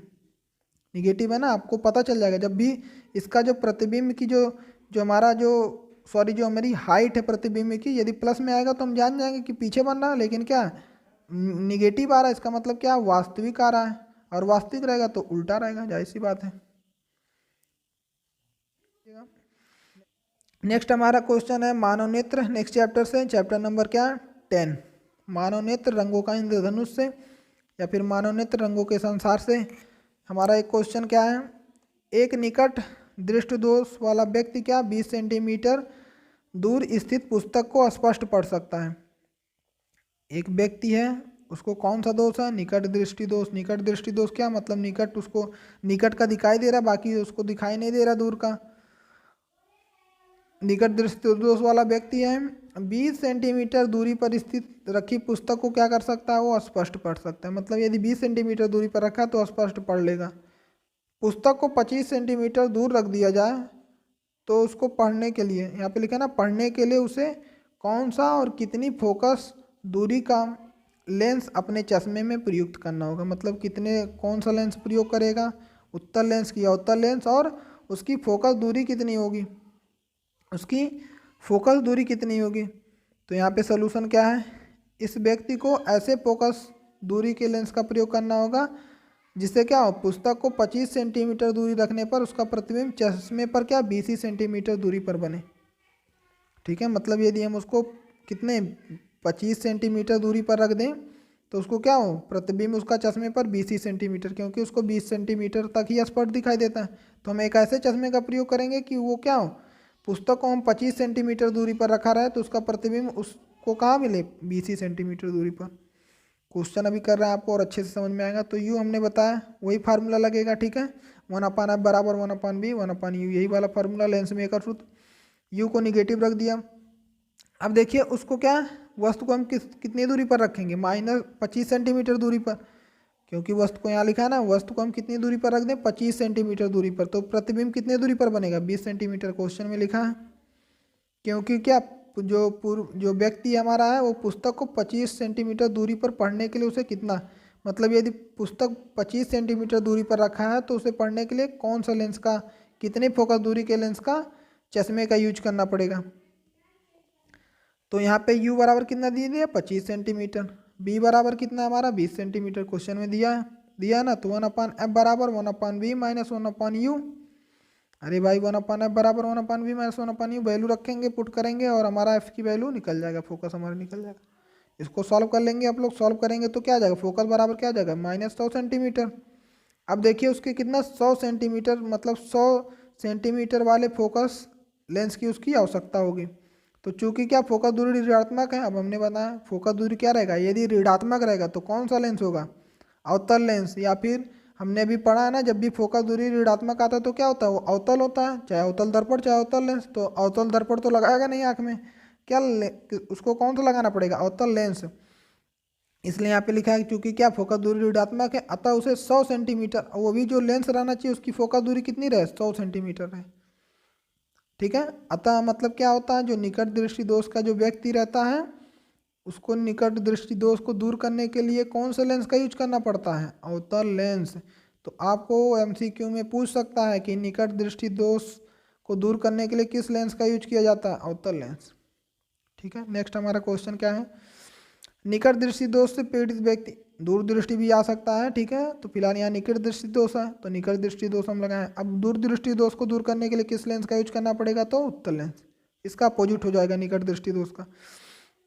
पीड़ित व्यक्ति एक अधिक व्यक्ति, सॉरी, निकट दृष्टि दोष से पीड़ित एक व्यक्ति अधिक से अधिक कितना, 10 सेंटीमीटर दूरी तक ही देख सकता है। अब अधिक से अधिक 10 सेंटीमीटर मतलब ज़्यादा से ज़्यादा कितना देखेगा, जब भी बोलेगा ज़्यादा से ज़्यादा या फिर अधिक से अधिक तो हमारा क्या होगा, v। ठीक है, ज़्यादा से ज़्यादा या फिर अधिक से अधिक बोलेगा तो क्या हो जाएगा, हमारा v होगा। और क्या बोल रहा है, देख सकता है सही दृष्टि देश, मतलब जो सही दृष्टि के लेंस की प्रकृति, फोकस दूरी व क्षमता ज्ञात करना है। अधिक से अधिक वो कितना देख सकता है, 10 सेंटीमीटर दूरी पर देख सकता है। और मानव नेत्र का जो हमारा न्यूनतम दूरी है वो कितनी होनी, 25 सेंटीमीटर। वो हमारी जो आँख से हम यदि किसी वस्तु को देखकर पढ़ रहे हैं तो कितनी दूरी पर होना चाहिए, 25 सेंटीमीटर की दूरी पर होना चाहिए। मतलब हमारे जो स्पष्ट हमें दिखाई दे वो कितनी दूरी पर रहेगा वस्तु, तो हमें स्पष्ट एकदम दिखाई देगा 25 सेंटीमीटर। ये स्वस्थ नेत्र का दूरी है। यदि कोई हम वस्तु रख कर पढ़ रहे हैं तो यदि हमें 25 सेंटीमीटर की दूरी पर वस्तु स्पष्ट दिखाई दे रहा तो हमें पता है कि हमें किसी भी प्रकार की कोई दोष नहीं है, ना निकट दृष्टि दोष ना दूर दृष्टि दोष। तो इस तरीके से तो यहाँ पे कुछ लिखा है, आप लोग पढ़ सकते हैं। सही दृष्टि दोष के लिए ऐसे फोकस दूरी की लेंस की यूज करना पड़ेगा, ऐसे लेंस का प्रयोग करना चाहिए जिसमें क्या हो, 25 सेंटीमीटर दूरी वस्तु पर रखें, उसका प्रतिबिंब क्या 25 सेंटीमीटर दूरी पर जो वस्तु रखा रहा है उसका प्रतिबिंब क्या चश्मे पर 10 सेंटीमीटर, मतलब उसको ज़्यादा से ज़्यादा कितना दिखाई दे रहा है, 10 सेंटीमीटर। तो हम कुछ ऐसा लेंस का प्रयोग करेंगे जो क्या 25 सेंटीमीटर दूरी पर रख दें तो उसका प्रतिबिंब क्या उसको 10 सेंटीमीटर दूरी पर बने। ठीक है, 10 सेंटीमीटर। अब उसको ज़्यादा से ज़्यादा कितना दिखाई रहे, 10 से ज़्यादा तो दिखाई नहीं देगा। तो हम कुछ ऐसा लेंस लगाएं कि उसको 25 सेंटीमीटर वाला दूरी उसको 10 ही सेंटीमीटर पे दिखने लगे वस्तु। ठीक है, मतलब कोई भी उसका प्रतिबिंब 10 सेंटीमीटर पे बने जिससे वस्तु क्या हो उसे दिखाई दे। तो u बराबर -25 सेंटीमीटर, क्योंकि स्वस्थ नेत्र का दूरी क्या होता है, स्पष्ट दूरी क्या होता है, -25 सेंटीमीटर। अधिक से अधिक उसे दिखाई दे रहा, हमने बताया अधिक से अधिक बोलेगा या फिर दूर से दूर तो क्या होगा, ज़्यादा से ज़्यादा बोलेगा इस तरीके से तो हमारा क्या होगा v बराबर -10 सेंटीमीटर। फोकस दूरी निकालना है तो फोकस दूरी का फार्मूला 1/f बराबर 1/b माइनस 1/u। फार्मूला में पुट करेंगे, v की वैल्यू -10 और u की वैल्यू -25 माइनस प्लस हो जाएगा। तो जब सॉल्व करेंगे तो क्या आ जाएगा, f की वैल्यू f बराबर -50/3। जब उसको सॉल्व करेंगे तो आ जाएगा 16.67। कितना आ जाएगा 16.67। तो अब चूंकि वैल्यू हमारा क्या आएगा, निगेटिव है, वैल्यू हमारा क्या है, निगेटिव है। अब जाहिर सी बात है निगेटिव है तो कौन सा लेंस होगा, अवतल लेंस। हमने बताया है जब वैल्यू क्या होगा, निगेटिव होगा तो कौन सा लेंस होगा, अवतल लेंस। और जब हमारा जो फोकस दूरी आएगा प्लस में आएगा तो कौन सा लेंस होगा, उत्तल लेंस। जब वैल्यू किस में आएगा, प्लस में, तो कौन सा लेंस होगा, अवतल लेंस। और इसे किस में लिखेंगे, दूर दृष्टि में। दूर दृष्टि दोष को दूर करने के लिए अवतल लेंस। फिलहाल यहाँ पे कौन सा दोष है, निकट दृष्टि दोष, निकट दृष्टि दोष। तो कौन से लेंस का यूज करना पड़ेगा, अवतल लेंस, जिसकी फोकस दूरी क्या रहे 16.67। तो ऐसे अवतल लेंस की जरूरत करना पड़ेगा हमको, या फिर ऐसे अवतल लेंस का यूज करना पड़ेगा, प्रयोग करना चाहिए उसे, हमें नहीं प्रयोग करना चाहिए। सॉरी, हम बार बार हमें बोल रहे हैं, तो ये नहीं समझिएगा कि हमें यहाँ पे क्या, उस व्यक्ति को इतने फोकस दूरी की आवश्यकता चाहिए, मतलब उसकी फोकस दूरी की क्षमता इतनी रहे कि क्या हो, उसे वस्तु स्पष्ट दिखाई दे। तो यहाँ पे कितना हमारा वैल्यू आया 16.67। तो मतलब 16.67 सेंटीमीटर फोकस दूरी वाले उसे लेंस की आवश्यकता होगी। वो लेंस कौन सा होगा, अवतल लेंस। नेक्स्ट हमारा क्वेश्चन क्या है, दूर दृष्टि दोष से। नहीं तो आप लोग कहेंगे निकट दृष्टि दोष से बता दिए, दूर दृष्टि दोष से क्वेश्चन नहीं बता रहे हैं। तो एक क्या हमने ले लिया, निकट दृष्टि दोष तो लिया था, 2 क्वेश्चन हमने, अब एक दूर दृष्टि दोष से ले रहे हैं ताकि आपको अच्छे समझ में आए। तो ये क्वेश्चन काफ़ी इंपॉर्टेंट है, रिपीटेड क्वेश्चन है। देखिए 2022 में भी आया, 2023 में भी आया है, 2024 में भी आएगा। ठीक है, आएगा मतलब आ सकता है। तो ये सब क्वेश्चन जो हम बता रहे हैं आपको काफ़ी इंपॉर्टेंट क्वेश्चन है, तो आप लोग नोट करके अच्छे से ज़रूर करें। ठीक है, टाइम टेकन है, लेकिन फिलहाल एक ही वीडियो में आपको क्लास 10th के साइंस के सभी न्यूमेरिकल, हर एक चैप्टर से जितने न्यूमेरिकल हैं और सभी इंपॉर्टेंट न्यूमेरिकल हैं, कोई ऐसा न्यूमेरिकल नहीं है जो एग्ज़ाम में आया ना हो। ठीक है, तो सब एक न्यूमेरिकल एग्जाम में आए हुए हैं, तो आपको एक ही वीडियो में मिल रहा है, इसलिए वीडियो लंबा हो जा रहा है। तो आप लोग वीडियो को जरूर देखें और शेयर करें। तो नेक्स्ट हमारा क्वेश्चन क्या है, दूर दृष्टि दोष से पीड़ित व्यक्ति क्या कम से कम 50 सेंटीमीटर दूरी तक देख सकता है। अब बताएं कम से कम कितने देख सकता है, 50 सेंटीमीटर दूरी तक देख सकता है। तो उसे सही दृष्टि दोष के लिए 25 सेंटीमीटर दूरी पर वस्तु मतलब पढ़ने के लिए, क्योंकि हमारा पता है 25 सेंटीमीटर, अब उसे कम से कम कितना 25 सेंटीमीटर दूरी पर है, तो उसे दिखाई दे रहा है, पढ़ सकता है। उससे पास लाएगा तो पढ़ नहीं पाएगा, लेकिन हमारा नेत्र का, स्वस्थ नेत्र की दूरी कितनी होती है 25 सेंटीमीटर, उसको दिखाई कितना दे रहा है 50। तो जाहिर सी बात है उसको दोष है, क्योंकि वो 25 सेंटीमीटर पे लाएगा तो उसे पढ़ ही नहीं पाएगा। जब वो 50 सेंटीमीटर दूरी पर रखेंगे तब पढ़ पाएगा, पढ़ पाएगा या देख पाएगा। ठीक है, कुछ भी हम आपको समझाने के लिए बोल रहे हैं। तो 50 सेंटीमीटर दूरी पर क्या वो पढ़ सकता है, जो कि चूँकि क्या हमारे यहाँ की स्वस्थ नेत्र की दूरी कितनी है 25 सेंटीमीटर। तो उसे किस मतलब कितने लेंस की फोकस दूरी की आवश्यकता होगी। तो आइए हम सॉल्व करते हैं। तो इसमें क्या दिया हम, इस दोष को दूर करने के लिए हमने बताया, ऊपर हमने आपको पहले ही बता दिया है, ऊपर हमने क्वेश्चन किया है, पीडीएफ के ऊपर में हमने क्वेश्चन किया है ना। तो पीडीएफ के ऊपर जो हमने क्वेश्चन किया उसमें हमने आपको पहले ही बता दिया है कि अवतल लेंस किस दोष को दूर करता है, निकट दृष्टि, और उत्तल लेंस दूर दृष्टि। ठीक है, यहाँ पे पहले लिख दिया इसने, दूर दृष्टि दोष को दूर करने के लिए उत्तल लेंस का यूज करना चाहिए, इस व्यक्ति को प्रयोग करना चाहिए। ठीक है, उत्तल लेंस को इतनी फोकस दूरी की, यहाँ लिखा है ना, फोकस दूरी की इतनी होनी चाहिए जिससे क्या 25 सेंटीमीटर दूरी पर वस्तु का प्रतिबिंब उसके सामने 50 सेंटीमीटर पर है, क्योंकि उसे 50 सेंटीमीटर दिखाई दे रहा है। तो कुछ ऐसा हम लगाएंगे कि जिससे क्या हो 25 सेंटीमीटर दूरी पर ही वस्तु रहे, लेकिन उसका प्रतिबिंब उसको कहाँ 50 सेंटी पर ही देखे, जाके वो स्पष्ट दिखाई दे। तो फिगर यहाँ पे ड्रॉ है, तो आप लोग देख सकते हैं। फिगर वैसे ड्रॉ करने के लिए नहीं आता है, तो फिगर आप लोग देख सकते हैं। तो यहाँ पे हमने बताया 50 सेंटीमीटर अधिक से अधिक उसे कितना दिखाई दे रहा है, इतना दिखाई दे रहा है। ठीक है, और स्वस्थ नेत्र की दूरी कितनी होती है 25 सेंटीमीटर, तो -25 ले लिए। हमने बताया आपको जब भी कहेगा कम से कम अधिक से अधिक तो हमारा क्या होगा v। ध्यान से बार बार हम ये बात रिपीट कर रहे हैं, जब भी बोलेगा कम से कम अधिक से अधिक ज़्यादा से ज़्यादा, ठीक है, तो हमारा क्या होगा हमेशा v होगा, और जो हमारा दूसरा दिया रहेगा वो हमारा जाहिर सी बात है u होगा। तो फिलहाल हमें इसमें फोकस निकालना है, तो फार्मूला लगा दिए 1/m बराबर 1/v - 1/u। वैल्यू पुट किए हम, सॉल्व कर दिए तो कितना आ गया, f की वैल्यू 50 सेंटीमीटर। सॉल्व करने पे क्या आ गया, एफ की वैल्यू हमारा कितना आ गया 50 सेंटीमीटर। अब पता 50 सेंटीमीटर आ गया, जाहिर सी बात है कौन सा लेंस है, उत्तल लेंस। एफ की वैल्यू हमारा जब 50 आता था, चाहे दर्पण में चाहे लेंस में, तो हम कौन समझ जाते थे, वो क्या है, उत्तल लेंस है, उत्तल दर्पण है, इस तरीके से। तो यहाँ पे लिख दिया गया, उस व्यक्ति को 50 सेंटीमीटर फोकस दूरी के उत्तल लेंस का प्रयोग करना चाहिए, जिससे क्या हो, यदि 50 सेंटीमीटर दूरी पर वस्तु रखा है तो उसे क्या हो, और सॉरी 25 सेंटीमीटर वस्तु 25 सेंटीमीटर दूरी पर वस्तु रखा है तो उसे क्या हो, 50 सेंटीमीटर दूरी पर उसका प्रतिबिंब बने। समझ में आया आपको? तो क्या हो गया, 50 सेंटीमीटर फोकस दूरी के उत्तल लेंस का प्रयोग करना चाहिए उस व्यक्ति को। नेक्स्ट हमारा इसी से है प्रिज्म से क्वेश्चन, ये भी काफ़ी इंपॉर्टेंट क्वेश्चन है, काफ़ी इंपॉर्टेंट क्वेश्चन है। ये 19 में भी आया है, ठीक है, और 23 में भी आया है, 22 में भी आया है। ये मत आप लोग देखिएगा केवल यहाँ 19 में आया है, इससे पहले भी आया है, ठीक है। एक और क्वेश्चन है, फिलहाल हमने एक ही क्वेश्चन लिया है एक टाइप से, ताकि आपको ज़्यादा क्वेश्चन ना करना पड़े और कम से कम क्वेश्चन करें लेकिन आपको अच्छे से समझ में आए। एक प्रिज्म का कोण कितना है, 60 डिग्री। एक प्रिज्म का कोण कितना है, 60 डिग्री, और अल्पतम विचलन कोण कितना है, 38 डिग्री। प्रिज्म का कोण कितना है, 60 डिग्री। प्रिज्म के कोण को ए से लिखते हैं और अल्पतम विचलन कोण को डेल्टा एम से। ये क्या हमारा डेल्टा एम, इस तरीके से बनता है डेल्टा डेल्टा, ठीक है, समझ में आया? तो क्या रहा, प्रिज्म के पदार्थ का पूर्णांक याद करना। तो प्रिज्म के पदार्थ का पूर्णांक का फार्मूला क्या होता है, प्रिज्म के पदार्थ का पूर्णांक का फार्मूला क्या होता है साइन बराबर, सॉरी पूर्णांक बराबर क्या, sine A plus delta M by 2 बटे साइन ए बाई 2।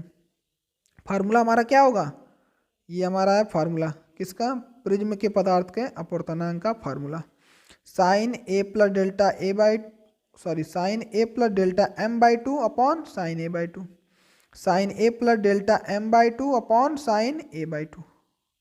हमने इसमें क्या दिया, ये क्या हमारा ए क्या प्रिज्म का कोण है, डेल्टा एम क्या अल्पतम विचलन कोण है, ए क्या प्रिज्म का कोण है, डेल्टा एम अल्पतम विचलन कोण। तो जब भी बोल देगा अल्पतम विचलन कोण इतना, फटाक से आप लोग जान जाएंगे डेल्टा एम है, और जब भी बोलेगा प्रिज्म का कोण तो आप फटाक से जान जाएंगे कि वो क्या है, ए है। हमसे पूछा क्या है, अपूर्णांक, हमें अपने आप को बता दिया, अपूर्णांक को स्मॉल एन से डिनोट करते हैं। अब इसमें पूछा था प्रिज्म के, तो इसलिए फार्मूला क्या हो गया, थोड़ा चेंज हो गया। अब आप लोग कहेंगे कि वो 1 अपॉन साइन सी वाला क्यों नहीं लगा, तो वो किसका था, वो अलग फार्मूला था, लेकिन ये किसके लिए, प्रिज्म के पदार्थ के अपूर्णांक का फार्मूला है। तो फार्मूला यहाँ पे लिखा है, इसमें हमने एक वैल्यू पुट कर दिया, ए की वैल्यू कितना दिया 60, और डेल्टा एम की वैल्यू कितना दिया 38/2, ए का वैल्यू कितना दिया 60/2। इसको जब हम ऐड करेंगे तो कितना आ जाएगा हमारा, जब इसको ऐड कर देंगे तो ऐड करके जब 2 से डिवाइड करेंगे कितना आ जाएगा 49, इसको जोड़ देंगे तो कितना आएगा 98 में जब हम 2 से डिवाइड करेंगे तो कितना आ जाएगा 49, और 60/2 यानी साइन 30। अब साइन 30 की वैल्यू तो हमें पता है 1/2 होता है। अब आप लोग कहेंगे हमें साइन 49 का वैल्यू पता नहीं है, तो जब भी नहीं पता रहेगा तो यहाँ क्वेश्चन में हिंट के तौर पे दिया रहेगा, ठीक है। साइन 49 का वैल्यू कितना है 0.75, 0.75 आपको हमेशा देगा। जब भी देगा साइन 30, साइन 45, साइन 60, 90 तो आपको नहीं दे सकता है, नहीं देगा फिलहाल, क्योंकि वो जानेगा कि आपको पता होगा ये सब की वैल्यू। लेकिन साइन 38 डिग्री, साइन 49 डिग्री, इस तरीके से जब भी अटपटा रहेगा थोड़ा तो वो दे देगा, ठीक है, क्वेश्चन में ही दे देगा। तो यहाँ पे हमने वैल्यू रखा, पुट कर दिया, और आंसर कितना आ गया 1.5। इसको जब आप लोग सॉल्व करेंगे तो आ जाएगा 49, साइन 49 की वैल्यू पुट कर दिया, साइन 30 की वैल्यू 1/2। इसको जब हम सॉल्व करेंगे तो कितना आ जाएगा 7.5। अब 1/2 है तो क्या हो जाएगा, गुणे में चला जाएगा, तो 2/1। अब इसको जब हम सॉल्व कर देंगे तो आ जाएगा 1.5। ये हमारा क्या आ गया, प्रिज्म के पदार्थ का अपूर्णांक। नेक्स्ट हमारा चैप्टर 11 से क्वेश्चन है, इलेक्ट्रिसिटी से, विद्युत से। एक चालक पर समान अवस्था में 5 इलेक्ट्रॉन अधिक हैं। कोई एक चालक है, उस पर कितने 5 इलेक्ट्रॉन अधिक हैं। चालक पर आवेश की मात्रा बताइए। चालक पर क्या बताना, आवेश की मात्रा। आवेश को किससे डिनोट करते हैं, क्यू से। आवेश को किससे लिखते हैं, क्यू से। ये सब हमने जो इस क्वेश्चन का जो इस चैप्टर के जितने फार्मूले हैं हमने इंपॉर्टेंट क्वेश्चन के वीडियो में बताया है, तो आप लोग ज़रूर देखें। इस चैप्टर के भी इंपॉर्टेंट क्वेश्चन का वीडियो अपलोड है, तो आप लोग देख सकते हैं, क्योंकि हमने न्यूमेरिकल कराने से पहले हमने अपलोड कर दिया है वीडियो इंपॉर्टेंट क्वेश्चन का, ताकि आप लोग उसे पढ़ लें। और हमने वीडियो में बताया भी था कि स्पेशल वीडियो आएगा जिसमें हम लोग केवल न्यूमेरिकल ही सॉल्व करेंगे। तो फिलहाल ये हमारा चैप्टर नंबर 11 से क्वेश्चन है, क्योंकि हमने सब चैप्टर से कोई इंपॉर्टेंट क्वेश्चन लिया। तो हमारा चैप्टर नंबर 11 से क्या क्वेश्चन है, एक चालक पर समान अवस्था में 5 इलेक्ट्रॉन अधिक हैं। एक चालक पर क्या समान अवस्था में 5 इलेक्ट्रॉन क्या है अधिक है, चालक पर आवेश की मात्रा बताना है। अब हमें पता है इलेक्ट्रॉन पर आवेश कितना होता है, ई बराबर, जिसको हम किससे लिखते हैं, ई बराबर 1.6 गुणे 10 के पावर -19। इसको वैल्यू सबको पता है, इतना कूलम होता है। इलेक्ट्रॉन की संख्या को किससे लिखते हैं, एन से। अब फार्मूला में पता ही है, क्यू बराबर एन ई। क्यू बराबर क्या, एन ई। यहाँ पे लिखा है फार्मूला। आवेश की मात्रा क्यू बराबर एन ई। इलेक्ट्रॉन की संख्या दे दिया है, कितने इलेक्ट्रॉन है, 5 इलेक्ट्रॉन, तो एन बराबर 5 हो गया। इलेक्ट्रॉन पर आवेश कितना होता है, 1.6 गुणे 10 के पावर -19 कूलम। ये भी हमको दिया है, या फिर हमको दिया ना रहे तो हमको ये पता है, ठीक है। अगर ये नहीं भी देगा इलेक्ट्रॉन पर आवेश या फिर ई की वैल्यू नहीं देगा तो हमें ये याद करना पड़ेगा, ई बराबर 1.6 गुणे 10 के पावर -19 कूलम। अब हमने वैल्यू पुट कर दिया, वैल्यू पुट करने के बाद एन की वैल्यू पुट कर दिया 5, ई की वैल्यू पुट कर दिया 16 25 80, 8 गुणे 10 के पावर -19 कूलम। ये हमारा आ गया क्या, 5 इलेक्ट्रॉन पर आवेश चार्ज आ गया। तो नेक्स्ट हमारा क्वेश्चन क्या है, यदि किसी चालक में प्रवाहित धारा आई नहीं बोला, बोल देना प्रवाहित धारा को किससे डिनोट करते हैं, आई से, 4 एम्पियर हो और टाइम कितना दिया हो हमारा 1.5 मिनट। टाइम कितना दिया हो 1.5 मिनट। तो आवेश की मात्रा क्या होगी, क्यों पूछ रहा है हमको, आवेश पूछ रहा है, आवेश को किससे लिखते हैं, क्यों से। विद्युत धारा आई बराबर आवेश बटे समय, विद्युत धारा आई बराबर आवेश बटे समय। धारा को आई से लिखते हैं, आवेश को क्यों से लिखते हैं, टाइम को टी से लिखते हैं। हमको निकालना क्या, आवेश इसको इधर रहने दे रहे हैं, बाकी समय को इधर भेज दे रहे हैं, क्योंकि ये दोनों हमको दिया है। तो इधर डिवाइड में इधर मल्टीप्लाई में हो जाएगा। तो आवेश बराबर धारा गुणे समय, ये रहा हमारा फार्मूला। फार्मूला भी आप लोग याद करते चलिए। आवेश बराबर क्या, धारा गुणे समय। क्यों बराबर आई टी, क्यों बराबर आई टी, इस तरीके से क्यों बराबर आई टी, क्यों बराबर आई टी। आप लोग ऐसे भी लिख सकते हैं, क्यों बराबर क्या, आई टी। क्यों क्या है आवेश, आई क्या धारा, टी क्या समय। वैल्यू पुट करेंगे, धारा दिया है 4 एम्पियर, समय दिया है 1.5 मिनट। मिनट को हमेशा न्यूमेरिकल सॉल्व करते हैं आप लोग, मिनट को हमेशा किस में करेंगे, सेकंड में कन्वर्ट करेंगे। ध्यान दीजिएगा, मिनट को किस में कर देंगे हम, सेकंड में कन्वर्ट कर देंगे। तो सेकंड हमारा पता चल गया, कितना सेकंड, 90 सेकंड। आवेश कितना दिया है 4, धारा कितना दिया है 4 एम्पियर, और टाइम कितना दिया है 90 सेकंड। दोनों को मल्टीप्लाई कर देंगे, आ जाएगा 360। तो 9 चौक 36, और यहाँ 0 तो यहाँ भी 0 लग जाएगा, तो 336 कूलम। ये हमारा क्या आ गया, क्यों। ठीक है, क्यों मतलब आवेश। तो आवेश बराबर 360 कूलम। ठीक है। नेक्स्ट हमारा क्वेश्चन क्या है, 250 वोल्ट 5 एम्पियर फ्यूज वाले परिपथ में 25 वाट के कितने बल्ब जल सकते हैं। इस टाइप से क्वेश्चन पूछेगा। देखिए आप लोग, काफ़ी रिपीटेड क्वेश्चन है, बार बार पूछे 14 15 17 18 20 में। तो आप लोग लेट करेंगे, माना n बल्ब जलते हैं, ठीक है, माना क्या n बल्ब जलते हैं, माना n बल्ब जलते हैं, माना n पंखे चलते हैं। इस तरीके से जरूरी है बल्ब ही जलाए, पंखा भी चला सकता है। आप लोग फटाक से मान लेंगे। फिर प्रश्नानुसार क्या दिया, वोल्ट बी, हमको पता है वोल्ट क्या है, वोल्ट को किससे लिखते हैं, बी से। 250 वोल्ट दिया। एम्पियर को क्या होता है हमारा धारा, जो कि हम किससे लिखते हैं, आई से, स्मॉल आई से भी लिख सकते हैं, कैपिटल आई से। 5 एम्पियर दिया। अब फार्मूला हमारा क्या होता है, पावर पी बराबर क्या होता है, एन गुणे 25 वाट। एन गुणे क्या 25, क्योंकि परिपथ में कितनी धारा है, 25 वाट का है। परिपथ में कितनी वोल्ट का धारा है, 25 वाट का। तो पी बराबर एन गुणे 25, पी बराबर क्या, एन गुणे 25। समझ में आया आपको, ये कहाँ से आया, ये हमारा क्या फार्मूला होता है। फार्मूला क्या होता है कि हमको कितनी पावर चाहिए, पी फर क्या होता है, पावर। तो देखिए परिपथ में क्या 25 वाट के कितने बल्ब कितने हमारे हैं, एन बल्ब हैं, हमने मान लिया। अब बल्ब का जो वाट है वो कितने वाट के हैं, 25 वाट के। तो हम पता चल जाएगा ना, जब जितने बल्ब रहेंगे और एक बल्ब 25 वाट का है तो 10 बल्ब है, तो कितना जगह 250 वोल्ट हो जाएगा ना, इस तरीके से। तो मान ले रहे हैं कितने वाट का बल्ब, कितने बल्ब है एन, और एक बल्ब कितने वाट का, 25 वाट का। तो हमको पावर पता चल गया, दोनों का क्या कर दिए मल्टीप्लाई। अब फार्मूला हमारा क्या होता है, पी बराबर बी आई। फार्मूला क्या होता है, पी बराबर बी आई। पी बराबर क्या होता है, बी आई। पी का वैल्यू हमने पी का वैल्यू हमें पता है ना, n गुणे 25, पी का वैल्यू पता है, n गुणे 25 हमने निकाल लिया है। और v का वैल्यू कितना है 250 और i का वैल्यू कितना है 5। ठीक है, तो जब हम इसको सॉल्व करेंगे तो कितना आएगा। अब देखिए इसको सॉल्व कैसे करेंगे, n को इधर ही रहने दे रहे हैं, इसको उधर भेज दे रहे हैं, तो क्या हो जाएगा 250 गुणे 5 बटे कितना 25, 5वां 25। अब इसको भी काटेंगे 5वां 25 तो आ जाएगा 50। मतलब कितने बल्ब जलेंगे 50 बल्ब। लिखा ना यहाँ पे कितने बल्ब जल सकते हैं 50 बल्ब। एन की वैल्यू पता चल गया, तो हमने माना था एन इतने बल्ब जल सकते हैं तो 50 बल्ब जल सकते हैं। एक बार फिर से आप लोग देख लीजिए, जब भी बोलेगा कि इतने वोल्ट का है, धारा इतना बह रहा है, ठीक है, और 25 वाट के कितने बल्ब जल सकते हैं, तो पावर कैसे निकलता है, बल्ब की संख्या गुणे एक बल्ब का वोल्टेज, बल्बों की संख्या गुणे एक बल्ब का वोल्टेज। तो ये हमारा हो गया P बराबर N into B. N into B मतलब N हमारा क्या है, number of volt, number of bulb है, नंबर लाइट की संख्या है, कितने बल्ब जल सकते हैं। अब 25 क्या है, एक बल्ब का वाट है, कि एक बल्ब इतने वाट का है। अब फार्मूला हमको पता है P बराबर क्या होता है VI, P बराबर क्या होता है VI। फार्मूले में हमने वैल्यू पुट किया और आ गया आंसर। ठीक है, नेक्स्ट क्वेश्चन करेंगे। आप लोग इसे कॉपी में करने की कोशिश करेंगे घर पे तो और अच्छे से समझ में आएगा। निम्न चित्र में से प्रतिरोध R1 बराबर 15 ओम, ये हमारा क्या है ओम, प्रतिरोध का मात्रक। ठीक है, हमने बताया प्रतिरोध क्या होता है, तो आप लोग वीडियो में देख सकते हैं। बार बार हम रिपीट इसलिए बोल रहे हैं क्योंकि आप लोग जब तक जानेंगे नहीं कि प्रतिरोध क्या होता है, ठीक है, धारा क्या होता है, तब तक आपको क्वेश्चन अच्छे से समझ में नहीं आएगा। तो कृपया आप लोग वीडियो को जरूर देखें।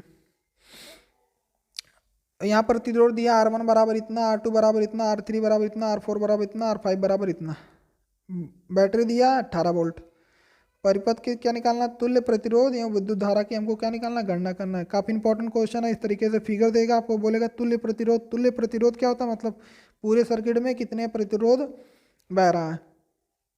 अब इसमें बताया प्रतिरोध कितने प्रकार के होते हैं, दो, श्रेणी क्रम और समांतर क्रम। अब ये बताइए कौन सा क्रम है, ये बताइए आप लोग कौन सा क्रम है। तो ये कौन सा क्रम है, समांतर क्रम। ये कौन सा क्रम है, समांतर क्रम। कैसे पता चलेगा, देखिए ये देखिए तीनों सर्किट, पहला R1 का ये रहा पहला सिरा, ये रहा दूसरा सिरा, R2 का भी ये पहला सिरा, ये दूसरा सिरा। एक बार अच्छे से आपको बता रहा है, ये क्या R1 इसका पहला सिरा और ये दूसरा सिरा, R2 का पहला सिरा और दूसरा सिरा, R3 का भी ये पहला सिरा दूसरा सिरा। मतलब दो, इसका जो तीनों का एक सिरा है एक पॉइंट से जुड़ा है और एक सिरा एक पॉइंट से जुड़ा है। तो जब इस तरीके से रहेगा तो क्या होगा, समांतर क्रम। और श्रेणी क्रम क्या, इस तरीके से। ठीक है, तो यहाँ पे लिखा है ये भी समांतर क्रम है हमारा, दो प्रतिरोध यहाँ भी है। तो उसको हम सॉल्व कैसे करेंगे। अब यहाँ पे देखिए क्या लिखा, R1 R2 और R3 किसमें है, समांतर क्रम में। पार्श्व क्रम मतलब समांतर क्रम में है। तो तुल्य प्रतिरोध R निकालना है, तो कैसे निकालेंगे, तो समांतर क्रम में रहेंगे तो क्या होगा, उसका फार्मूला R1/R बराबर 1/R1 plus 1/R2 plus 1/R3। इस तरीके से। अब भी बोलेगा समांतर क्रम में तो क्या करेंगे, 1/R बराबर 1/R1 प्लस 1/R2। ऐसे तीन प्रतिरोध हैं तो 1/R3 हो जाएगा इस टाइप से। ठीक है, जो कि यहाँ पे लिखा है, यहाँ पे लिख दिया है। क्योंकि क्या R1 R2 और R3 क्या है, समांतर क्रम में है। तो समांतर क्रम में है तो पहले हम क्या निकालेंगे, पहले हम इसका निकाल ले रहे हैं पूरे का। ये पूरे कितने, यहाँ पे पूरा जो है यहाँ पे कितना प्रतिरोध लग रहा है। ठीक है, तो हमने निकाल लिया, फार्मूले में वैल्यू पुट कर दिया, सॉल्व कर दिया, कितना आ गया 5। हमें पता चल गया कि क्या इस सर्किट में यहाँ पे कितने ओम का प्रतिरोध है, 5 ओम का पूरा टोटल। ठीक है, पता चल गया ना हमको। अब इसी तरीके से यहाँ भी निकाल लेंगे, ये भी दोनों समांतर क्रम में है। तो यहाँ पे लिखा है क्या, R4 और R5 क्या पार्श्व क्रम मतलब समांतर क्रम में है। तो R डबल डैश मतलब तुल्य प्रतिरोध। यहाँ R डबल डैश कर क्यों कर दिया, क्योंकि यहाँ पे R डैश निकाला है, R डैश कितना है 5, यहाँ पे R डबल डैश कर देगा। ठीक है, कोई फर्क नहीं है, निकाल लिया। 1/R1 समांतर क्रम में जब भी बोलेगा तो 1/R1 करके ही ऐड करेंगे। ऐड कर दिया 1/R1 1/R डबल डैश बराबर 1/R4 प्लस 1/R5, क्योंकि क्या दोनों समांतर क्रम में ये भी है। सॉल्व कर लिए, कितना आ गया 4 ओम। कितना आ गया 4 ओम। आ गया कि नहीं आ गया? ये कितना आ गया 4 और ये कितना आ गया 5। अब ये दोनों किस क्रम में है? श्रेणी क्रम में है कि नहीं है? श्रेणी क्रम में। देखिए यहाँ लिखा है ना, R डैश बराबर 5 ओम और R डबल डैश बराबर 4 ओम। किस क्रम में है? श्रेणी क्रम में जुड़े हैं। तो तुल्य प्रतिरोध क्या होगा? R बराबर R1 R dash plus R double dash. R dash क्या है? जो हमने पहले जो ऊपर दिया था इसका तुल्य प्रतिरोध। ठीक है, ये हमारा क्या था? R डैश, और ये हमारा क्या है? R double dash. समझ में आया? ये दोनों को जब हमने निकाल दिया तो इन दोनों का जो प्रतिरोध आया वो क्या आ गया? श्रेणी क्रम में। ये देखिए ये हमारा निकाल गया तो ये सब क्या हो गया? हट गया। ऐसे ये भी, ऐसे क्या हो गया? इसको हमने जब सॉल्व कर दिया तो क्या हो गया? ये हमारा 1 हो गया और ये भी क्या हो गया? 1 हो गया। अब देखिए इसका पहला सिरा और इसका पहला सिरा, सॉरी ये जो सर्किट का पहला सिरा और इसका दूसरा सिरा, इसका पहला सिरा और इसका दूसरा सिरा, देखिए दोनों अलग अलग पॉइंट से जुड़े हैं तो ये क्या हो गया? श्रेणी क्रम। तो जब श्रेणी क्रम का निकालना रहता है तो डायरेक्ट जोड़ देते हैं R1 प्लस R2, तो R बराबर R डैश है, यहाँ R डबल डैश है, तो 5 और 4 कितना गया? 9। अब इसमें हमसे पूछ क्या रहा था कि धारा कितना प्रवाहित होगा। तो धारा बराबर क्या होता है? हमने धारा बराबर पढ़ा है विभवांतर बटे प्रतिरोध, विभवांतर बटे प्रतिरोध। तो धारा I बराबर V अपॉन R। I का वैल्यू हमको निकालना है, V का वैल्यू हमको दिया है क्वेश्चन में, और R हमने निकाल ही लिया है। तुल्य प्रतिरोध, कुल प्रतिरोध निकाल लिया ना, तो कितना आया कुल प्रतिरोध? 9।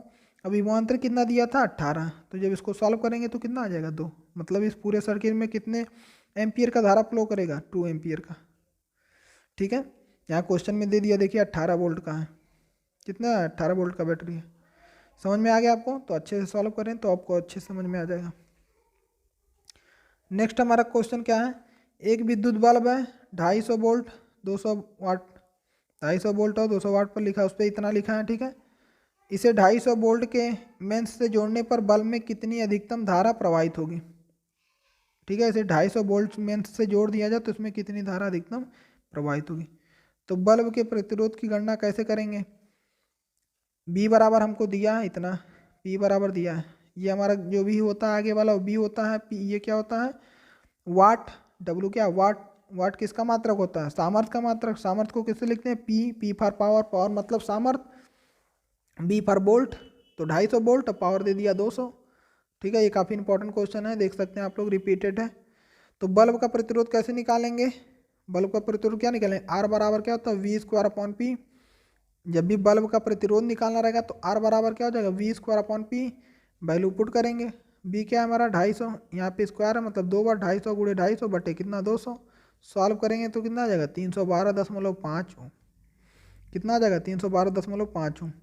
हमने क्या निकाल लिया? बल्ब में प्रतिरोध की गणना कर लिया कि नहीं कर लिया? अभी हमें इसमें धारा भी पूछ रहा है, ध्यान दीजिएगा। अभी क्या पूछ रहा है? धारा भी। तो 250 वोल्ट के मेन से जोड़ने पर उसमें कितनी धारा बहेगी? तो हमको B का वैल्यू दिया ही है, R ने हमने निकाल लिया है, क्योंकि हमको धारा निकालने के लिए क्या चाहिए? I बराबर क्या होता है? V upon R। क्वेश्चन में R दिया नहीं था तो हमने क्या निकाला? पहले R निकाला। अब B हमको दिया या वैल्यू पुट करेंगे, I हमको निकल जाएगा। तो V हमारा दिया 250 वोल्ट, R हमने निकाला 312.5 ओम। सॉल्व करेंगे तो कितना आएगा? 10.8 एम्पियर। समझ में आया? नेक्स्ट हम देखेंगे, एक बल्ब पर 60 वाट 220 वोल्ट लिखा है। W फॉर वाट 60 वाट और 220 वोल्ट, मतलब ये P है और ये क्या हमारा B। इसको 220 वोल्ट के मेन से लगाने पर कितनी धारा प्रवाहित करेंगे? बल्ब द्वारा 5 मिनट में उत्पन्न उष्मा की गणना कीजिए। देखिए उसमें क्या पूछ रहा था? प्रतिरोध पूछ रहा था, इसमें क्या पूछ रहा है? उष्मा पूछ रहा है। ठीक है, वो भी कितने मिनट में? 5 मिनट में। तो एज इट इज हम पहले निकाल ले रहे हैं धारा। तो B और P दोनों दिया है, हमने बताया क्या? P और ये क्या है? B। ये हमारा क्या है? P, ये हमारा क्या है? P और ये क्या हमारा? V। टाइम दिया 5 मिनट, हमने बताया सेकंड में कन्वर्ट करेंगे, फटाक से कर लेंगे कन्वर्ट। अब धारा I बराबर P अपॉन B भी होता है। धारा I बराबर क्या होगा? P upon B। जब R नहीं दिया तो P दिया, तो P अपॉन क्या हो जाएगा? V। अब देखिए P की वैल्यू दिया 60, V की वैल्यू दिया 220। सॉल्व करेंगे कितना आ जाएगा? 3/11 एम्पियर। ये क्या आ गया? हमारा धारा आ गया 3/11 एम्पियर। कितना आ गया? 3/11 एम्पियर। अब 5 मिनट में, अर्थात 5 गुणे 60 सेकंड में, 5 मिनट मतलब सेकंड में कन्वर्ट कर देंगे व्यय ऊर्जा W बराबर क्या होता है VIT, W बराबर क्या होता है VIT, W बराबर क्या होता है VIT, ऊर्जा इतना निकलेगा तो ऊर्जा निकलने का फार्मूला क्या होता है, ऊर्जा का फार्मूला क्या होता है W बराबर VIT, वोल्टेज धारा और समय का गुणनफल, वोल्टेज धारा और समय का गुणनफल, वोल्टेज हमारा दिया 220 वोल्ट, धारा कितना दिया हमने निकाला है, और ये हमारा क्या है टाइम। सब सॉल्व कर देंगे तो कितना आ जाएगा 18,000 जूल, ठीक है, क्योंकि जो ऊर्जा का मात्रा क्या होता है जूल, तो हमने जूल लिख दिया। अब उत्पन्न उष्मा कैसे निकालते हैं, उष्मा बराबर क्या होता है W/4.2, फार्मूला क्या होता है W बराबर क्या होता है, सॉरी हमको निकालना क्या है उष्मा, तो उष्मा बराबर क्या होगा, उष्मा बराबर क्या होगा W/4.2, क्या होगा 4.2, तो हमने W यहाँ पे निकाल लिया, W वैल्यू पुट कर देंगे 18,000, 4.2 से भाग देंगे तो कितना आ जाएगा 4285.7, 4285.7, 4285.7, और इसका मात्रा क्या है कैलोरी, उष्मा का मात्रा क्या होता है कैलोरी। नेक्स्ट हम देखेंगे, ये भी क्वेश्चन इंपॉर्टेंट है, ठीक है, फिगर वाला क्वेश्चन काफ़ी इंपॉर्टेंट है। अब इसमें ध्यान देना यही है केवल कि कौन सा जो प्रतिरोध है किस क्रम में जोड़ा, तो हमने बता दिया ये दो प्रतिरोध दोनों के सिरे एक पॉइंट से जुड़े हैं, और दोनों का दूसरा पॉइंट दोनों का दूसरा सिरा है वो एक पॉइंट से जुड़ा है, तो क्या हो जाएगा समांतर क्रम। तो ये देखिए ये पहला प्रतिरोध है, ये दूसरा प्रतिरोध है ना, ये देखिए इन दोनों का बीच का क्या है, ये दोनों ये एक पॉइंट से जुड़ा है और ये एक पॉइंट से जुड़ा है, ये देखिए दोनों क्या श्रेणी क्रम में है, क्योंकि ये दोनों का जो दूसरा सिरा मान ले रहे हैं ये पहला सिरा है, तो दोनों एक पॉइंट से जुड़े हैं, लेकिन दूसरे सिरे भी अलग अलग पॉइंट से जुड़े हैं कि नहीं जुड़े हैं, तो क्या हो गया हमारा क्या है, ये दोनों क्या है श्रेणी क्रम, ऐसे ये दोनों क्या है श्रेणी क्रम। अब ये दोनों ऐड हो जाएगा, अब ये भी दोनों निकल जाएगा, तो ये दोनों प्रतिरोध आएंगे वो क्या होंगे समांतर क्रम, ठीक है। तो यहाँ पे क्वेश्चन में क्या लिखा, AB के बीच 4+2 क्या हो गया 6, हमने बता दिया ना यहाँ पे 4+2 ये श्रेणी में है, तो इसके बीच का प्रतिरोध निकालेंगे तो क्या होगा डायरेक्ट जोड़ देंगे, 4+2 बराबर क्या है 6, ऐसे इसका भी निकाल लेंगे तो कितना हो जाएगा 3, निकल गया। इसमें क्वेश्चन लिखा है, देखिए क्वेश्चन लिखा है A और B के बीच का क्या निकाला प्रतिरोध, तो पहला हमारा क्वेश्चन इनके बीच के मतलब A और B पॉइंट के बीच के क्या निकाला प्रतिरोध, तो ये दोनों क्या है श्रेणी क्रम, ये दोनों क्या है श्रेणी क्रम, इन दोनों को जब श्रेणी क्रम में जोड़ दिए तो 6 आ गया, और इसको ऐड कर दिए तो 3 आ गया। अब ये जो 6 आ गया हमारा और ये 3 आ गया, ये देखिए दोनों किस क्रम में है समांतर क्रम में, क्योंकि इनका एक सिरा एक पॉइंट से दूसरा सिरा एक पॉइंट से। अब ये गायब हो गए, ये 4 और 2 हट गए, 2 1 हट गए, ठीक है, क्योंकि हम इसको सॉल्व कर दिए, तो यहाँ पे केवल एक प्रतिरोध बता और यहाँ पे भी एक प्रतिरोध बता। अब एक प्रतिरोध बच गया तो क्या होगा, इसका एक पॉइंट एक सिरे से है और दूसरा पॉइंट एक सिरे से। तो अब देखिए AB के बीच तुल्य प्रतिरोध क्या होगा 1/R1 बराबर क्या 1/6 + 1/3, समांतर क्रम में है तो बटे में रहेगा ऐड होगा। अब इसको सॉल्व करेंगे तो कितना आ जाएगा R1 बराबर 2 ओम, ठीक है। अब इसके बीच हमें पता चल गया A और B के बीच तुल्य प्रतिरोध कितना है 2 ओम। अब सेकंड क्वेश्चन देख रहे हैं क्या पूछ रहा है, इसमें प्रवाहित धारा पूछने के लिए क्या चाहिए वोल्टेज और प्रतिरोध चाहिए, धारा निकालने के लिए क्या चाहिए वोल्टेज और प्रतिरोध, लिखा है ना यहाँ पे।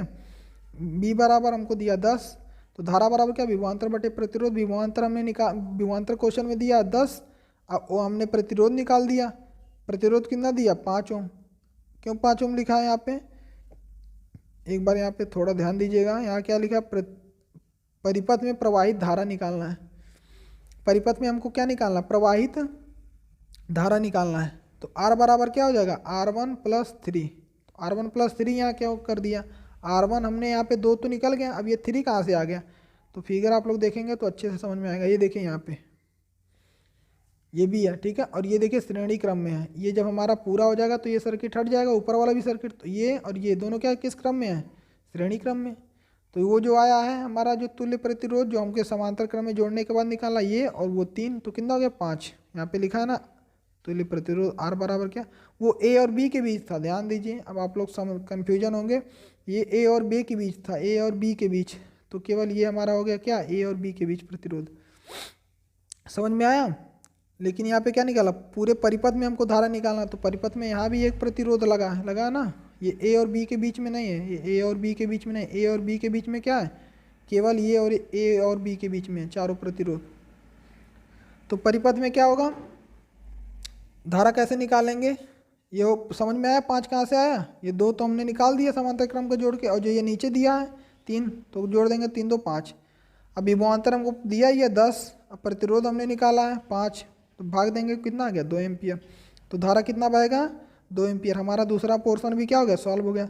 तीसरा पोर्शन क्या कह रहा है, ए और बी के बीच क्या निकालना है, विभवांतर। अब ए और बी के बीच विभवांतर निकालना, ध्यान दीजिएगा ये पूरा दिया, पूरे सर्किट का विभवांतर हमको क्या निकालना है, ए और बी के बीच विभवांतर। तो हमें इसमें पता है प्रतिरोध कितना है आर, ए और बी के बीच प्रतिरोध कितना है आर। और जो धारा है तो धारा पूरे में सप्लाई होगा, जरूरी थोड़ी ना कि बस यहीं सप्लाई होगा साइड में, यहीं इसी प्रतिरोध में थोड़ी ना धारा सप्लाई होगा सर्किट में, पूरे सर्किट में धारा सप्लाई होगा, धारा हमारा सेम रहेगा। ठीक है, तो ए और बी के बीच विभवांतर क्या होगा, प्रतिरोध गुणे धारा, बी बराबर क्या होता है आई आर। ठीक है, बी बराबर क्या हो गया आई आर। आई की वैल्यू हमने निकाला है सेकंड क्वेश्चन में, और आर की वैल्यू हमें पता है 2, तो जब सॉल्व करेंगे तो कितना आ जाएगा 4 वोल्ट। समझ में आया?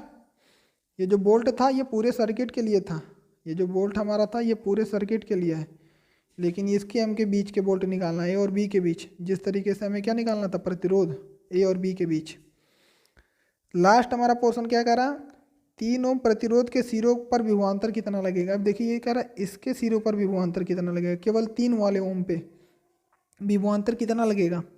ठीक है, यहाँ लिखा है ना 3 ओम के सिरों पर विभवांतर कितना लगेगा, तो 3 ओम के सिरों पर विभवांतर क्या लगेगा, फार्मूला क्या है, प्रतिरोध गुणे धारा। प्रतिरोध हमने निकाला, पूरे सर्किट में प्रतिरोध कितना पाएगा वो भी हमें पता चल गया, और धारा तो हमें निकाला ही है, पूरे सर्किट में 2 है। अब पूरे सर्किट में प्रतिरोध कितना 3 है, अब पूरे सर्किट में धारा कितना सप्लाई है 2, तो 3 के पता नहीं चल जाएगा, 3 के सिरों पर विभवांतर कितना अच्छा है, दोनों का क्या कर देंगे गुणा, क्योंकि क्या होता है V बराबर आई आर। इस वाले फार्मूले से वैल्यू पुट करेंगे आ जाएगा आंसर। ठीक है, नेक्स्ट हमारा क्वेश्चन क्या है, चैप्टर नंबर 12, और ये लास्ट चैप्टर है हमारा।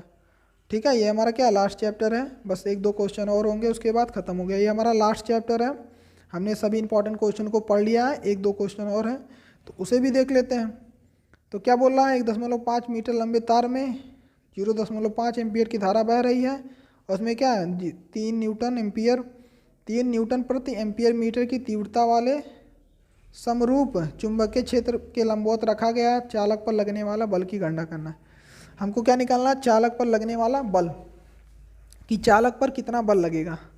तो फार्मूला हमने पढ़ा है, इस चैप्टर के भी इंपॉर्टेंट क्वेश्चन का वीडियो में हमने फार्मूला पढ़ लिया है, लास्ट में हमने फार्मूला देखा था। इस चैप्टर के हर एक फार्मूले हमने लास्ट में आपको बताया था, वीडियो के लास्ट में जो इस चैप्टर के इंपॉर्टेंट क्वेश्चन का वीडियो था उसके लास्ट में हमने फार्मूला बताया, तो आप लोग उस वीडियो को जरूर देखें, उसमें भी हमने इंपॉर्टेंट क्वेश्चन को बताया। तो फार्मूला क्या है, एफ बराबर B I L sine theta, M बराबर क्या B I L sine theta. अब हमने देखिए प्रश्न के अनुसार दिया है लंबा, कोई लंबा तार है एल बराबर क्या 1.5 मीटर, कोई लंबा तार है क्या 1.5 मीटर, धारा दिया है आई, दिया ना उसमें न्यूटन, इतने न्यूटन का क्या लग रहा है तीव्रता, चुंबकीय क्षेत्र की तीव्रता को किससे लिखते हैं बी से। ठीक है, चुंबकीय क्षेत्र की तीव्रता को किससे लिखते हैं बी से, फार्मूला यहाँ पे बी बराबर दिया है इतना मीटर। ठीक है, थीटा कितना है 90 डिग्री, क्योंकि यहाँ क्या लंबवत लगेगा तो क्या होगा 90 डिग्री तो बनेगा। तो फार्मूले में हमने पुट कर दिया एफ बराबर, आप बी की वैल्यू पुट कर दिया, ठीक है, चुंबकीय क्षेत्र की तीव्रता की वैल्यू पुट कर दिया, आई की वैल्यू, धारा की वैल्यू पुट कर दिया, और एम्पियर धारा की वैल्यू भी पुट कर दिया, और ये क्या लंबाई, लंबे तार की लंबाई उसको भी पुट कर दिया। तो और साइन थीटा की वैल्यू पुट कर दिया 90। अब साइन थीटा की वैल्यू कितनी होती है और साइन 90 की वैल्यू कितनी हो 1, तो कोई फर्क नहीं पड़ेगा, फिलहाल हम तीनों की मल्टीप्लाई कर देंगे, जो आएगा वही आंसर।